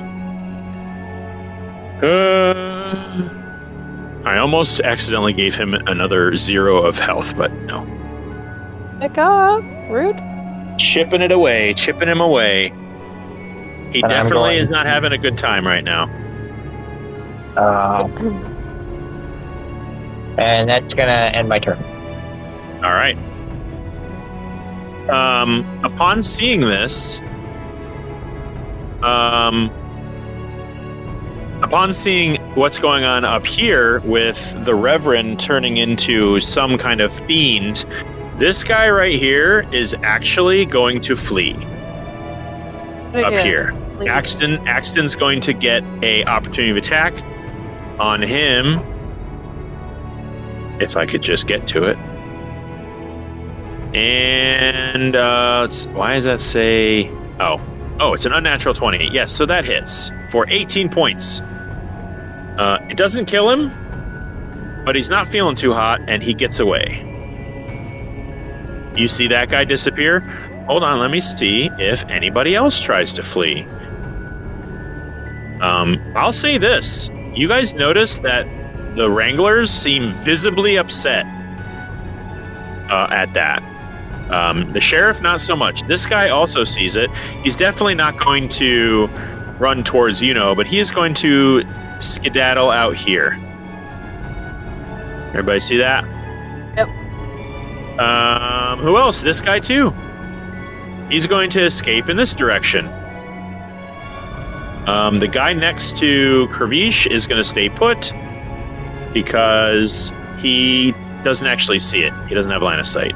But that should do it for the Wranglers, except for that guy. That's going to end Axton's turn. Or excuse me. That was Koza. Koza, it's your turn, right? Sorry. Well, no, I ended my turn. Okay, Maven, you are up. Okie dokie. So I'm going to hit the Sheriff. The Sheriff. The Sheriff. 24 to hit. That hits. For 11 points of damage. And if I push him 5 feet back, is he in the fane? All right. You push him 5 feet back. He lands right where Baranor is. I need him to make a con save. He needs to beat a 17. Oh, Jesus. And I will have you all witness this roll. I need to make a con save? No. No. Oh, okay. Bitch, so close. All right. He gets shunted to an empty space 5 feet around it. Nope, that's Baranor. That's me. Right there. And he's going to take 10d10 damage. Oh. Who takes 10d10? That would be the Sheriff. Sheriff. Oh, couldn't happen to a nicer guy. Oh my god. All right. Yeah, he's Maven. dead. Okay. Here's the thing. I just want to. Oh no. He hits the middle of the fane, and you can see his red eyes glow as the fane's raw arcane energy rips through his muscles. Yeah. He does not go limp and faint and fall. He instead stands there and absorbs the raw power of the fane until little blue veins of light crackle through his arms, and his body is torn into 20 pieces and ejected in all directions. Yeah. He is pink mist. I love it. He is pink mist. The Sheriff is dead. Dead. Good. DED. Cool. Cool. The Reverend is visibly angry at this. He is going to soar into the air as far as he can get right here. He's going to use a slippery escape from Axton, so there's no opportunity of attack because he's covered in like oil and stuff. And he's going to survey. What's that? What? Axton already used his op attack anyways. Yeah. True. That's true. He already used his reaction. So the Reverend's going to stand here. and become extraordinarily upset. And he is just going to cast a big old fireball right here. Let's, baby. I'm gonna counter spell. Marinor. all right, he's gonna counter spell you God damn it. because he has that still. Counter spell off. I have no counter spell, so. I can counter Oops. it. I can Hold counter on. the counter spell. Hold on. Counter spell, it's counter spell? Is that the right one? I don't. Hold on. I want to check something. Oh yeah, you're far enough, or you're close enough. Okay. So he's countering spell.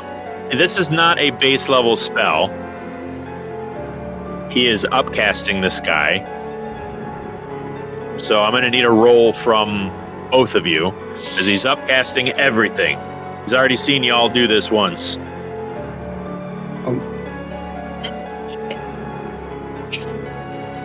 Okay. Give me 1 second here. Sure. Let us organize the counter spell. Okay. Well, now, so the first roll is probably versus Cambion. So, Well, I have to roll I don't have to roll against his, what do you call it? His DC. I have to roll a con save. Right, against. So let me Yeah. get that up. my counter spell is 25. What does that mean? So when I rolled against your spell, I rolled 25. No. I have to roll, since you're counterspelling me, I have to roll a con save and I have to beat your spell save DC. That's how the new rules work. Yeah. So let me do that. I'll do this one publicly. So he has, come on. He has a con of 16, so that's +3. So I only get a +3 to this. No, not up, down. There we go. All right, so that's a 19 against your spell save DC there. So Or no, wait.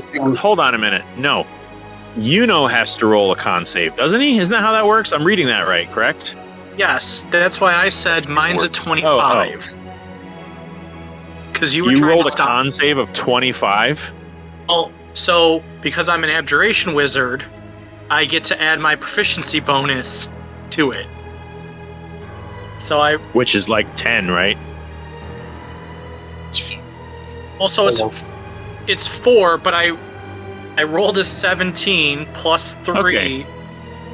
Oh no, I rolled. So, Oh, so it's that would have 24. worked. I'm That's mistaken. fine. 24. Not- He rolled a counter spell, which I got a 19. So does that beat your spell save?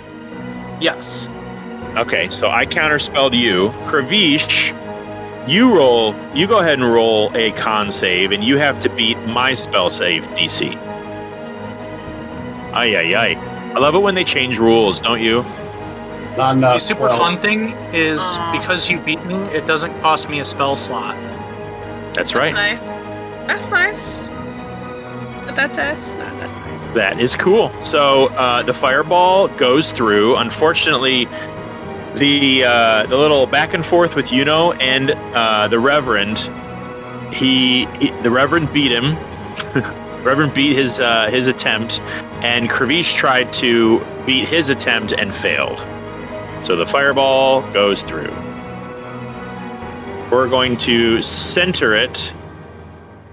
That was really good, guys, by the way. I just want to say that. That was close. Okay. Right? Nope, hold on.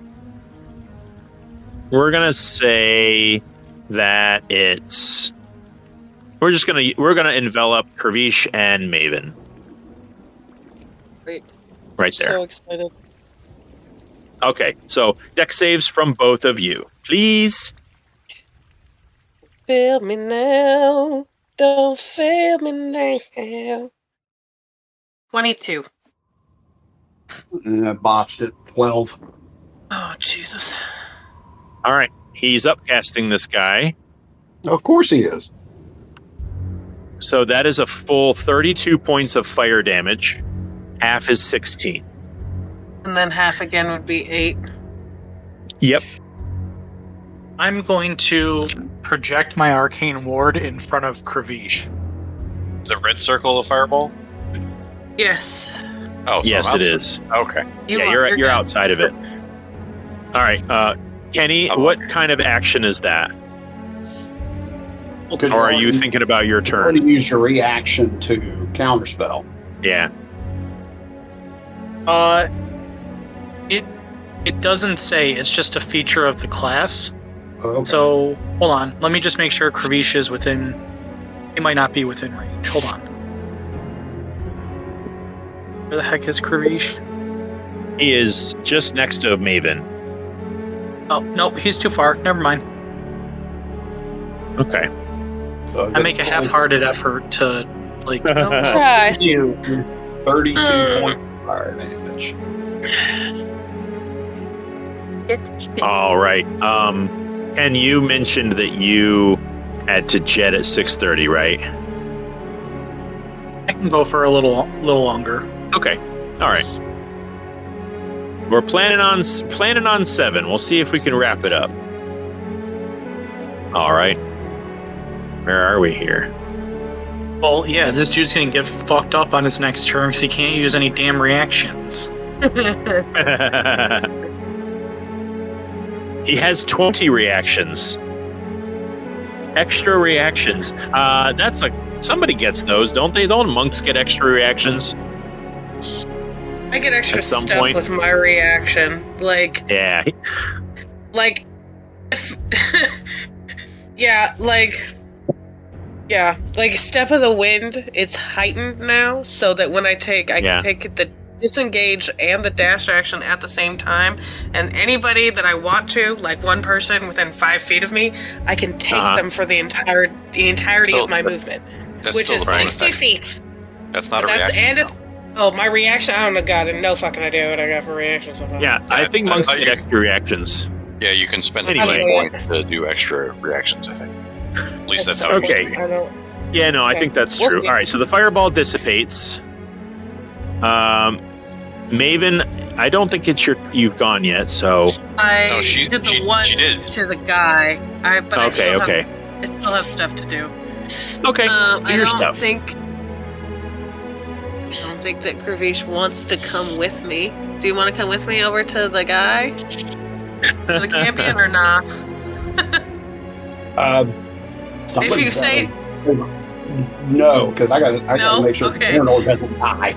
There we go. Got it. Doo-doo-doo. So I'll run up to him, and I still have one unarmed strike for my 28 to hit, because I can't seem to hit a fucking nat 20, 28 hits, or 8 points of damage. 8 points of damage. Yep, spend All right. a key point, and I'll do flurry of blows. 27 to hit, or 8 more points of damage. There we go, motherfucker! Natural 20. Love it. Fine. All right. Finally. So 8 plus 8 is 16. 16 plus 5 is 21. And then 5. Feel like something else. I'm just checking something really fast. Yeah, when you score a You're critical hit that deals bludgeoning damage to a creature, attack rolls against that creature have advantage until the end of my next turn. So any attack rolls against the Cambion until the end of my next turn have advantage. Cool. Well, its blue And- its blue life bar disappears and it's replaced by a red one. And then dirty 20 is for my final. Right on. That'll be 15 points of damage. Okie dokie. And that'll end my turn. Okie dokie. Baranor, it's your turn. Make a death save, please. Oh, I have hit points. I still make a death save. Yeah. It's not for your life, if that makes any sense. It's for something else. It's for your Okay. immortal. 14. Okay, cool. That was a good thing. Okay.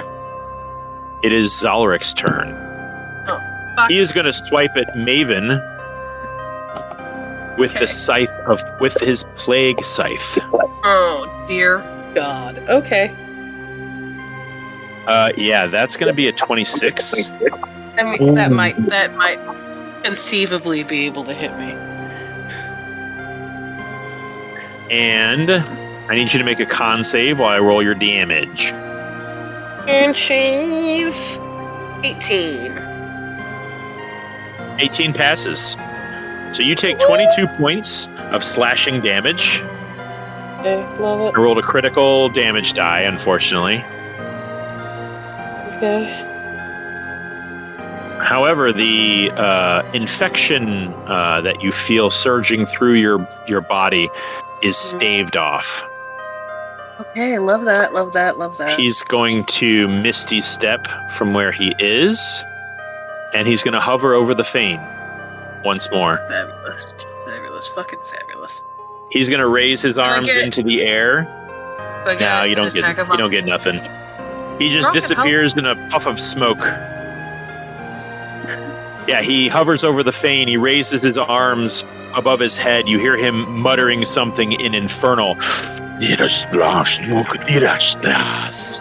need everybody to make a dexterity saving throw, as once again, the arcing lightning energy from the fane intensifies, and you see it strike a bunch of rocks in all directions. Those rocks shatter, and they hit you.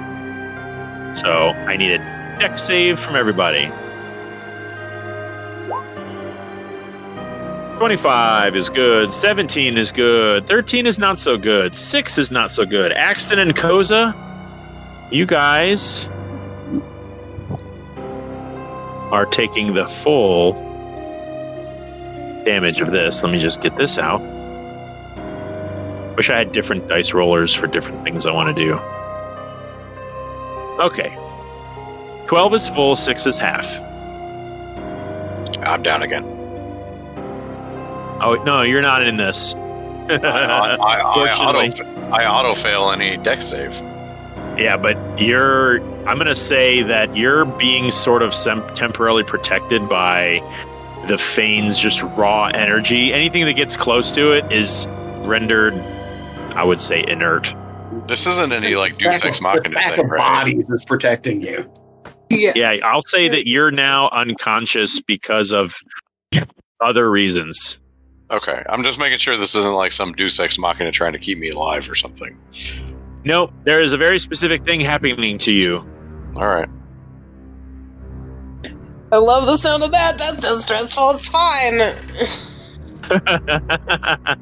Sorry. Okay. That's going to end Zalric's turn. Kravish, you are up. Yuno's on deck. All right. Now, where is Baranor amongst his bodies? Okay. I'm going to come up around this way, Baranor, and I am going to lay on hands, and I am going to cast, let's see, Greater Restoration. All right. Oh, wait, I don't have the material component. I can't do it. That dog. All right. Yeah. That would be very helpful. You found some pretty cool rocks, but nothing that valuable. I do believe, do you not have some of those rocks that you found that can replace spell components? We talked about that earlier. I don't know if he ever passed them over to me. Oh, okay. Did you ever pass me something there? Yeah, I didn't have all of them. I think only he had a gave some away. Okay. Well, then I will attempt Greater Restoration. Okay. I'm going to say that while he does not regain consciousness, a little bit of life kind of comes back to a little bit of color comes back to his cheeks, even though he's so close to the fane that he's illuminated blue-white. And Baranor, I will say now that your hit point maximum, while it may have been at a level, it is now back to normal. Your hit points are not, but your hit point maximum is. And then for a bonus action,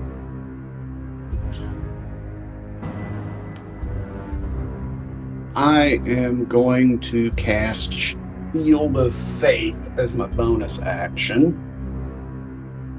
Oh, I can't do that. Well, I could have. No, I can't cast 2-level spells. You already had talked about that. Well, poopy butt. So I guess that does it for me. All right. It is your turn, and on your turn, you guys hear footsteps rushing from behind these people here. You see a minor-looking guard, which looks like this guy, and he looks like a minor. So he approaches from behind them here. Another one. Oh, I gotta copy and paste him. Hold on. Approaches over here, and through the middle, carrying a huge stone shield and a giant stone maul, you see the hulking frame of Wrayce approach from the middle. Right there. By the man himself. He's a Cambion. Hey, champions. Didn't even have a really cool Get him, men! Yeah, and they're gonna rush forward and back you up. All right. Kravish, your turn is up. You're next. How far in the air is this guy? He's only like maybe 15 feet above the fane. Which would mean that he is roughly 65 feet away from me? Yeah. Cool. I'm gonna hit him with the lightning bolt. He's got to make a dex move. Lightning bolt. Hell yeah. That's a dex, you said? Yep. DC Okay. 17. All right. He's got pretty good dex. That's a natural 13. He's got a 4 in dex, so that's a 17. I'm going to use one of my luck to make him reroll at disadvantage. All right. Taking the lower, that's still 17. I got a natural 18 on that roll. Okay, so he's going to take half, so full is 36. All right, that's 16. All right. Isn't it 18? What did you get? 36 is full. 36 is full. Yeah, it would be 18. Hold on, let me take 3 more points off of him. Good eye. Sometimes I'm bad at math. Okay. As am I, but, I know that one. Oh, hold on a minute. I'm sorry. He had an extra 100 points. Let me fix this. I'm sorry.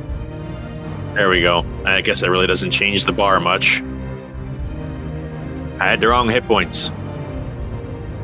If that ends your turn, it is Axton's turn. He's going to retrieve his pickaxe. He's going to move over here and throw his pickaxe and move his spiritual weapon. Where are you? There you are. Boom. Which is a natural 20. Wow. He doesn't have bleeding because he's not. He doesn't actually have the lion's head axe, but that's 15 times 2. That's 30 points. Oh. Yep. That'll do.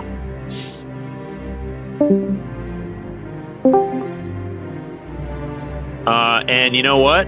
He gets another attack, so he's gonna pick up a rock and throw it at him. Love it. Why not? Chucking shit. Let's see. Yep, that's a hit. 8 plus 3 is 11 more points of damage. Yeah, he is being chipped away big time. That's it for him, but he gets to hit him with his spiritual weapon as well. He's going to do that. Oh, another natural 20. Oh my god, for 20 more points. Holy crap. Clutch, clutch, clutch, clutch. All right. That's going to end his turn. What a turn. Holy crap. Barry would be proud. Even though I'm sure I'm doing all kinds of stuff wrong with his character. But it's Koza's turn, followed by Maven. All right. So, let me see. How far away? You said he's about 15 feet in the air? Yeah. Okay, so I could probably reach him with my spiritual weapon. Yeah, no, So no I'm problem. going to moonbeam, so he needs to make another con save. Okay. And I assume because he's fiendish, the radiant damage does double. You have noticed that any radiant damage, any punches by Maven, since her key is fueled by radiant energy, yeah, he definitely does not like being attacked by Maven. I don't know if Kravish did any radiant damage. I have not, no. Okay. So you're going to find this guy really sizzling hard by this radiant energy. So let me roll that con save. I'll do that publicly. Could I cast it to 3rd level? Do you have the slot? I believe so. Of course you can. Perfect. So then I'm gonna do Okay, that's not a good roll. Yeah, You got a 7. He takes double damage, so he's going to take All right. 3d10 as opposed to 2d10. Whoop, whoop. 14 times 2? That's 28 points of damage.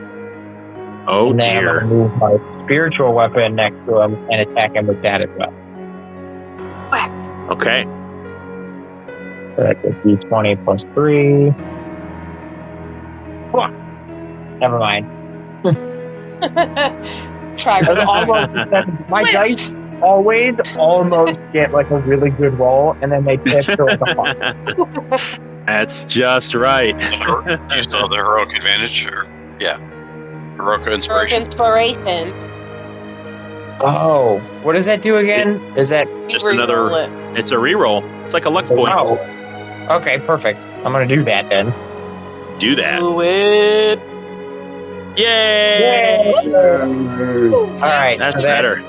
That's hang on. I think that's a 2d or a d8. Yeah. Plus 3. What is the modifier on that? You just rolled a d20. It's plus my spellcasting ability. Okay, so what does that make it? Just That to make makes it sure. a 19. Okay, that hits. So then that's a d8 plus 3. So 6 double, or yeah, 6 doubled is 12. 12. All right. He's not looking so hot, folks. He's starting to drip oil from his various wounds, by the way. And that's it from me. All right, Maven, it's your turn. Okie dokie. So I've already done the math. So he's 20 feet over, 15 feet up for 25 feet with the with the angle. So I'm gonna hit him with, hopefully, with a radiant sunbolt. All right, 18 to hit. that hits. 7 points of damage. All right, he'll take that as 14. And then only 15 to hit for the second one. For my bonus action, I'm going to... I have no idea. I don't think I'm going to take one, to be honest with you. I will be moving closer. Okay. I'll use a key point or a focus point or whatever to take patient defense, and I will gain 1d10 temporary hit points. All right. That will be 9. Nice. 9. And that'll end 9, and that'll end my turn. All right. Baranor, another death save, please. All right.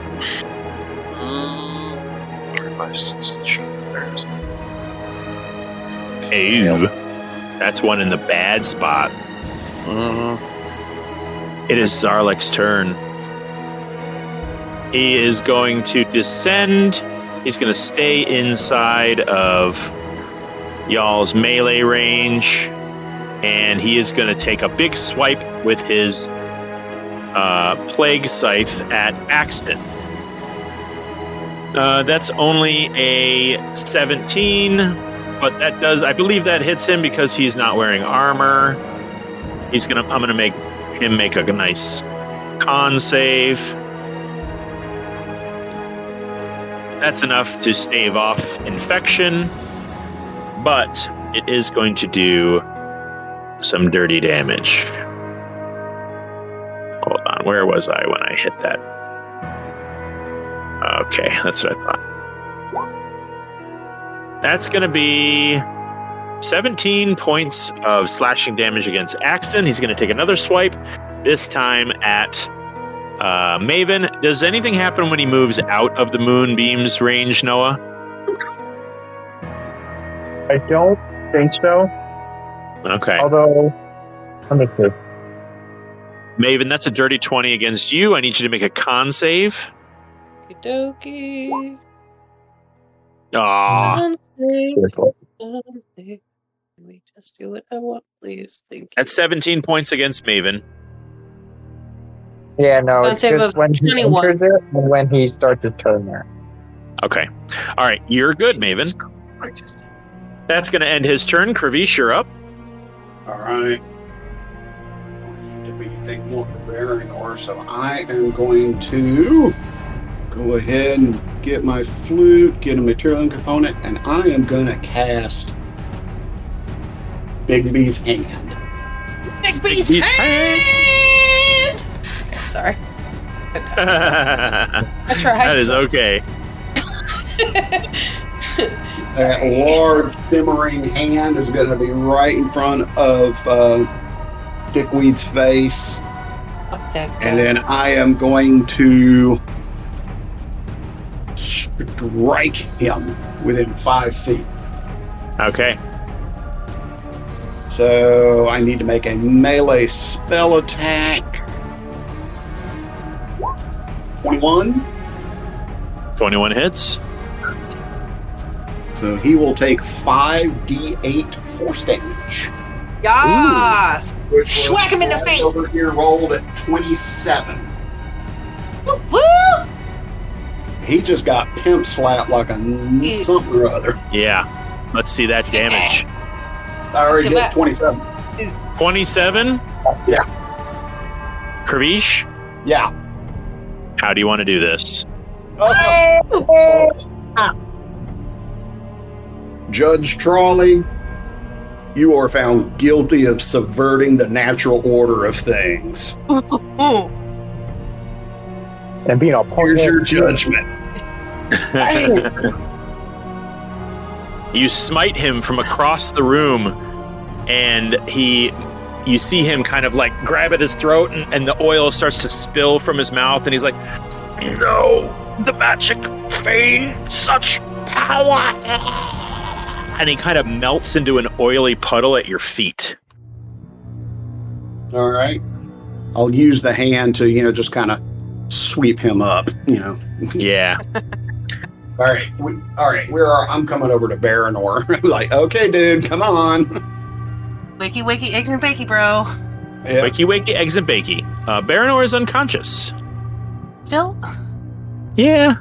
He's out. You have a guy here, by the way, who is going to totally run the hell away. He's going to take this path here, and then he's gone. Wrayce is going to come by, and by the way, the fane is still whirling and swirling. It's still crazy. So you kind of surround Baranor's body, and you hear Axton from behind all of you. Guys, what's that? And over here, you see kind of like a collection of bluish purple sparks. Right over here. Kind of like the, just like an explosion of sparks that you start to see swirling and getting bigger and bigger, like a ring, like the sling ring from Doctor Strange. Until you see a hoofed leg step through the sparks. Oh, son of a bitch. And what you see is, if I can get to the right damn thing, is this.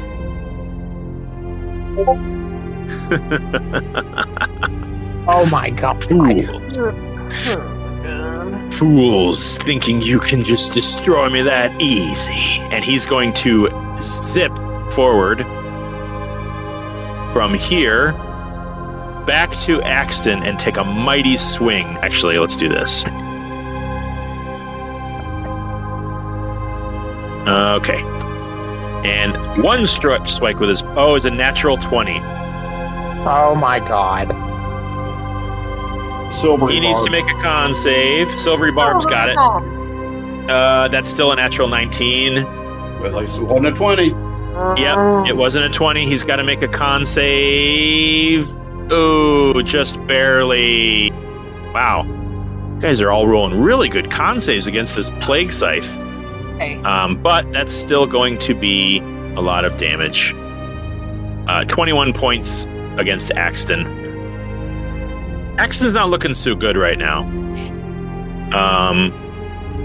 And he is going to grab Axton by the throat. Axton needs to make a strength save, which he is very, very strong. Not with a natural one, he's not. Jesus Christ! And he is going to lift Axton into the air and throw him into the fane. Oh, fuck. Axton falls unconscious. He is down. All right. All right, everyone, attack this son of a bitch. Yep. Let's see, who is next? I think it was Yuno. Yuno is next. Are you still here, Kenny? Yeah, I'll be able to do this Okay. turn, and then I gotta pop. Okay, understandable. I appreciate everybody hanging on. Let's see what I want to do this, dude. I'm gonna do Lightning Bolt again, but I'm gonna upcast it to 5th level. Okay, So he's got to make a dex save. got it. Cambions are pretty dexterous. I'll roll this one publicly. 7. So he fails. He's going to take... Okay, I gotta upcast. Hold on. 41 points of lightning damage. All right. To the Yeah, he face. takes it straight to the face. It burns his face almost clean off to this devilish skeleton with these little beady eyes poking out. And... Oh, that'll end my turn. I'm not getting any fucking closer. All right. Wrayce is going to use all of his movement and bash him with his maul. That's a hit. Nope, not 5. That's going to be plus 10. That's 11 point, or excuse me, 5 more is 16. That's 16 points of damage against this guy. And he's going to bash him with the shield and attempt to push him 10 feet away. So let's make a strength save from Zarlik. Oh my god, will you stop flying out of my dice pool? Alright, I just lost my d20, so I guess all my rolls are public now. Cambian's got pretty decent strength. Alright. Roll, damn you. 21. So he does not go anywhere. That's going to end Wrayce's turn. His guards are going to come and assist you. Let's do 2 attacks. See where they land. One is a 9. That misses. The other one, he's going to move up. Just say that he's being surrounded by guys right now. That's another 8. So he dodges out of both of these spear attacks from these guards. It is Axton's turn. He is unconscious, so I'm going to roll a death save for him. Remind me, death save is just a d20, right? Or is it? Or you add con as well? D20. Oh, it's just straight d20. Well, I think I can expand his character sheet and roll that. There we go. Pretty good. All right, Koza, you're up. I'm just gonna repeat my winning strategy because it seems to be working. Although, where did the fish go? Oh, okay. So it's alright. How far and how high up in the area is he? He's on the ground. Oh, okay. Yeah. So then I don't know that my spiritual weapon is him in time. Yeah, probably not. Well, actually, I just gotta get in front of him. But then I'm probably still not. So yeah, I'm just gonna hit him with Moonbeam again. All right. So I need another Con save. Got it. Con's okay. That just passes, so he can take full damage. I didn't roll anything yet. That's an 8. Oh, okay, so he doesn't take double. He takes full. Alright, so that's 3d10. Alright, that's 48 points of radiant damage. Yeah. How do you want to do this? Fuck yeah! Yeah. I want to just move it over, and I want it to just dissolve it. Yeah.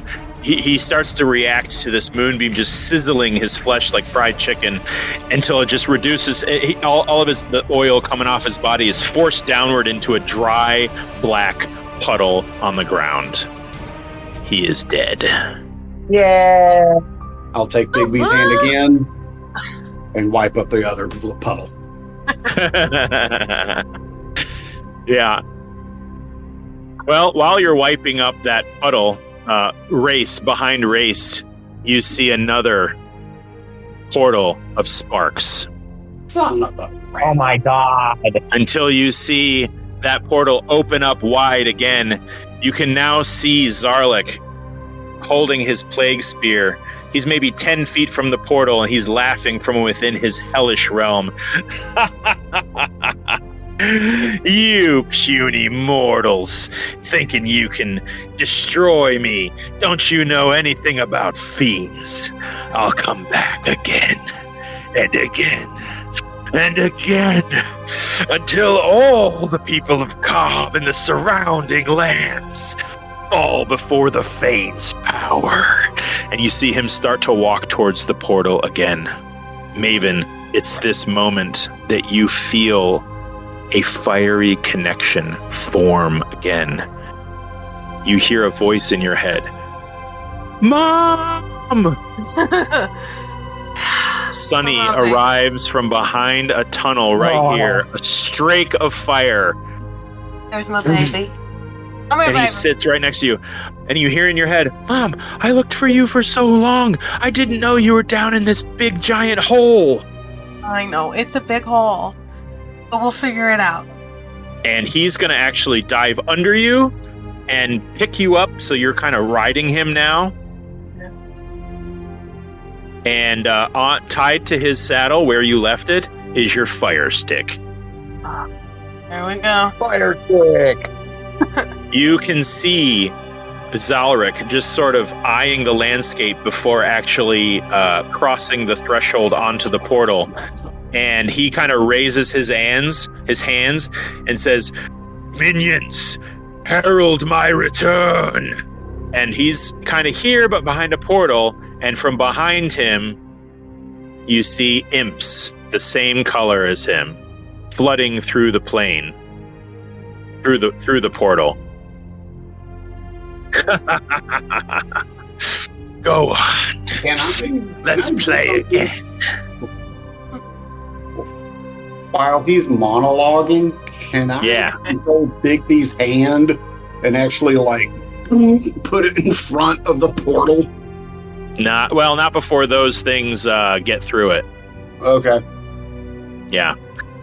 And you see him actually, he's going to raise his plague scythe. And what happens if I attack Bigby's hand? Oh, I mean, you can. It's got an AC of 20 and hit points equal to my AC maximum. Okay. Well, he's gonna slice at it. Let's do, because I gotta do this all separate like. So I'm just moving. I was just moving it with my bonus action, so to speak. Okay. So if he wants to take a swing at it, that's a 16. That's a miss. Well, he'll slice at it again. That's a 23. That's a hit. Yeah. All right. Well, he does 14 points of slashing damage. I don't think your Bigsby's hand does a con save. It doesn't. Nope. How big is Bigsby's hand? It is a large-sized creature. Okay, so the portal is 15 feet wide, so it's considered huge. So it doesn't quite cover it all the way, but he's going to swipe at it anyway out of fun. And he's going to start to try to get around that hand and cross over the plane. Maven, it is your turn. What do you do? Okay, so she's going to sidle up to Kravish. Mm-hmm. And she's going to hug him. And she's going to give him a big old fat, horrible, awful, inappropriate, not safe for work kiss. And she's going to say, he's a Cambion. The only way that he can be stopped is in the hells. And I am the only one that can do that right now. Huh? What? No. Yeah. It's not a heroic sacrifice. What are you talking about? I didn't have that on my D&D bingo board. That's not fair. He's going to make another strike against your Bigby's hand. But there's 2 gifts for you. There's one gift for you, one for Axton. It was for the solstice. It's a long story. They're in my bag along with, I'll put it in the chat, a considerable amount of gold in my belongings. Make sure that orphanage in Dane is taken care of, please. I love you. I'll be back. I love you. I love you. I love you too. Why you gotta go? I can't let him do this. And she'll point, do the hand, Vanna White hand motion to all the dead bodies, including our 2 downed companions. And I'll look over at Neela, and I can't let that happen to them and the kids that are there, because it's not just her. And I have Pelor on my side, and I have Sunny. And I'll come back. I promise I'll come back. Okay? Don't wait. I love you. And then she's gonna bum rush him. One more hug, one more kiss, and then she's going to bum rush on Sunny's back, bum rush to the demon right back into. So as she comes down, I just kind of as I'm waving, it just makes the hand go down so that she can pass through. Yeah, and as she's approaching, it slices through Bigsby's hand just enough for him to see, and then the hand drops in a shimmering sparkle display, and then you see Zalric raising his plague scythe for one more strike against the oncoming Maven. Rushing forward, you see Sonny pop his shoulder jets and rocket forward, grasping Zalric around the waist. And they fly further, hundreds of feet into the portal as it slowly closes behind him, his attempt to plane shift failing. The sparks of the portal dissipate, and the room falls eerily silent. And that's where we're going to end the session. No! A heroic sacrifice. You're gonna make me cry. I am not crying currently, but I will be in about 4.5 minutes. I'm gonna need a beer. Yeah, we're all going to need a beer. I'm gonna need a beer, man. Yeah, that was great, Maven. That was awesome. We're going to miss you. Yeah. We're going to miss the hell out of you. You've been an amazing addition to this party. When you and Bogey showed up, the light in the party just sort of turned on, I feel. And there's definitely going to be a place for you if and when your schedule opens up. But until that happens, have fun battling Zarlik in the hells. Yeah. I would love to organize with you and maybe the rest of the party, if we can manage it, a day that you're free and we can do a one-shot with you wherever you are and have maybe the other fellas playing different people or different creatures wherever you're at. I think that would be really, really cool. Just to kind of, we don't have to do it right away, but I think, a little bit of time passing. I wouldn't want to not play with you again. So Yeah. so let's figure it out. Yeah. So it all depends on work, obviously. Sure. Of course. We currently have no say in where I'm like placed in the needs of the union or the organization or whatever. So Right. as needed, and currently that's day shift, and Yeah. I am the lowest man on the totem pole, and so I have. There's no way I'm going to have a Saturday off. But if after a little while, maybe after at the beginning of the year, maybe I'll be able to switch to swings. There's no available night shifts, but I would be able to play again. But I would have to probably leave early every session to get to work. Well, that's a hope we can have. That's not that far away. It's not too bad, but there's no guarantee that they're going to let me go to swings. So. Yeah, I hear you. This campaign it's sort of on its last third of time. We've been doing this for a long time. You guys are leveling up quite in the upper levels. Speaking of which, make sure everybody levels up because you all level up from here. Oh, yeah. So Maven, I want you to level up your character. Steph, I want you to level up Maven just in case. And we'll be in touch with your schedule. We'll organize something that everybody can be there for, even if it's on a weird weekend or something. We'll figure it out. Okay. I think that would be really fun to see where she's at again. I just get to punch my interplanar punch card. My frequent flyer miles are going up. Yeah, and Maven has smuggled the pendant of fire resistance, so she's not going to be super uncomfortable. And Sonny will probably love it. Probably. He's a little baby. It'll probably give him superpowers. Yeah. So, all right, folks. I think that was a great last session for Maven. For the time being, I'm going to preface everything with that. And we are looking at... Thanks, everybody, for going long. I really appreciate it. This was important to me and to Steph. So we are looking at the 19th of October as far as kind of figuring out where the party goes from here. You've effectively destroyed the authority of Cobb. So some new leadership will have to be installed. So I'm sure you guys will be interested to have a part to play in that. So I will see you guys in 2 weeks. And good job, everybody. Baranor, you're still unconscious. Yeah, you're still unconscious. So is Axton. I won't be there. Yeah, I know.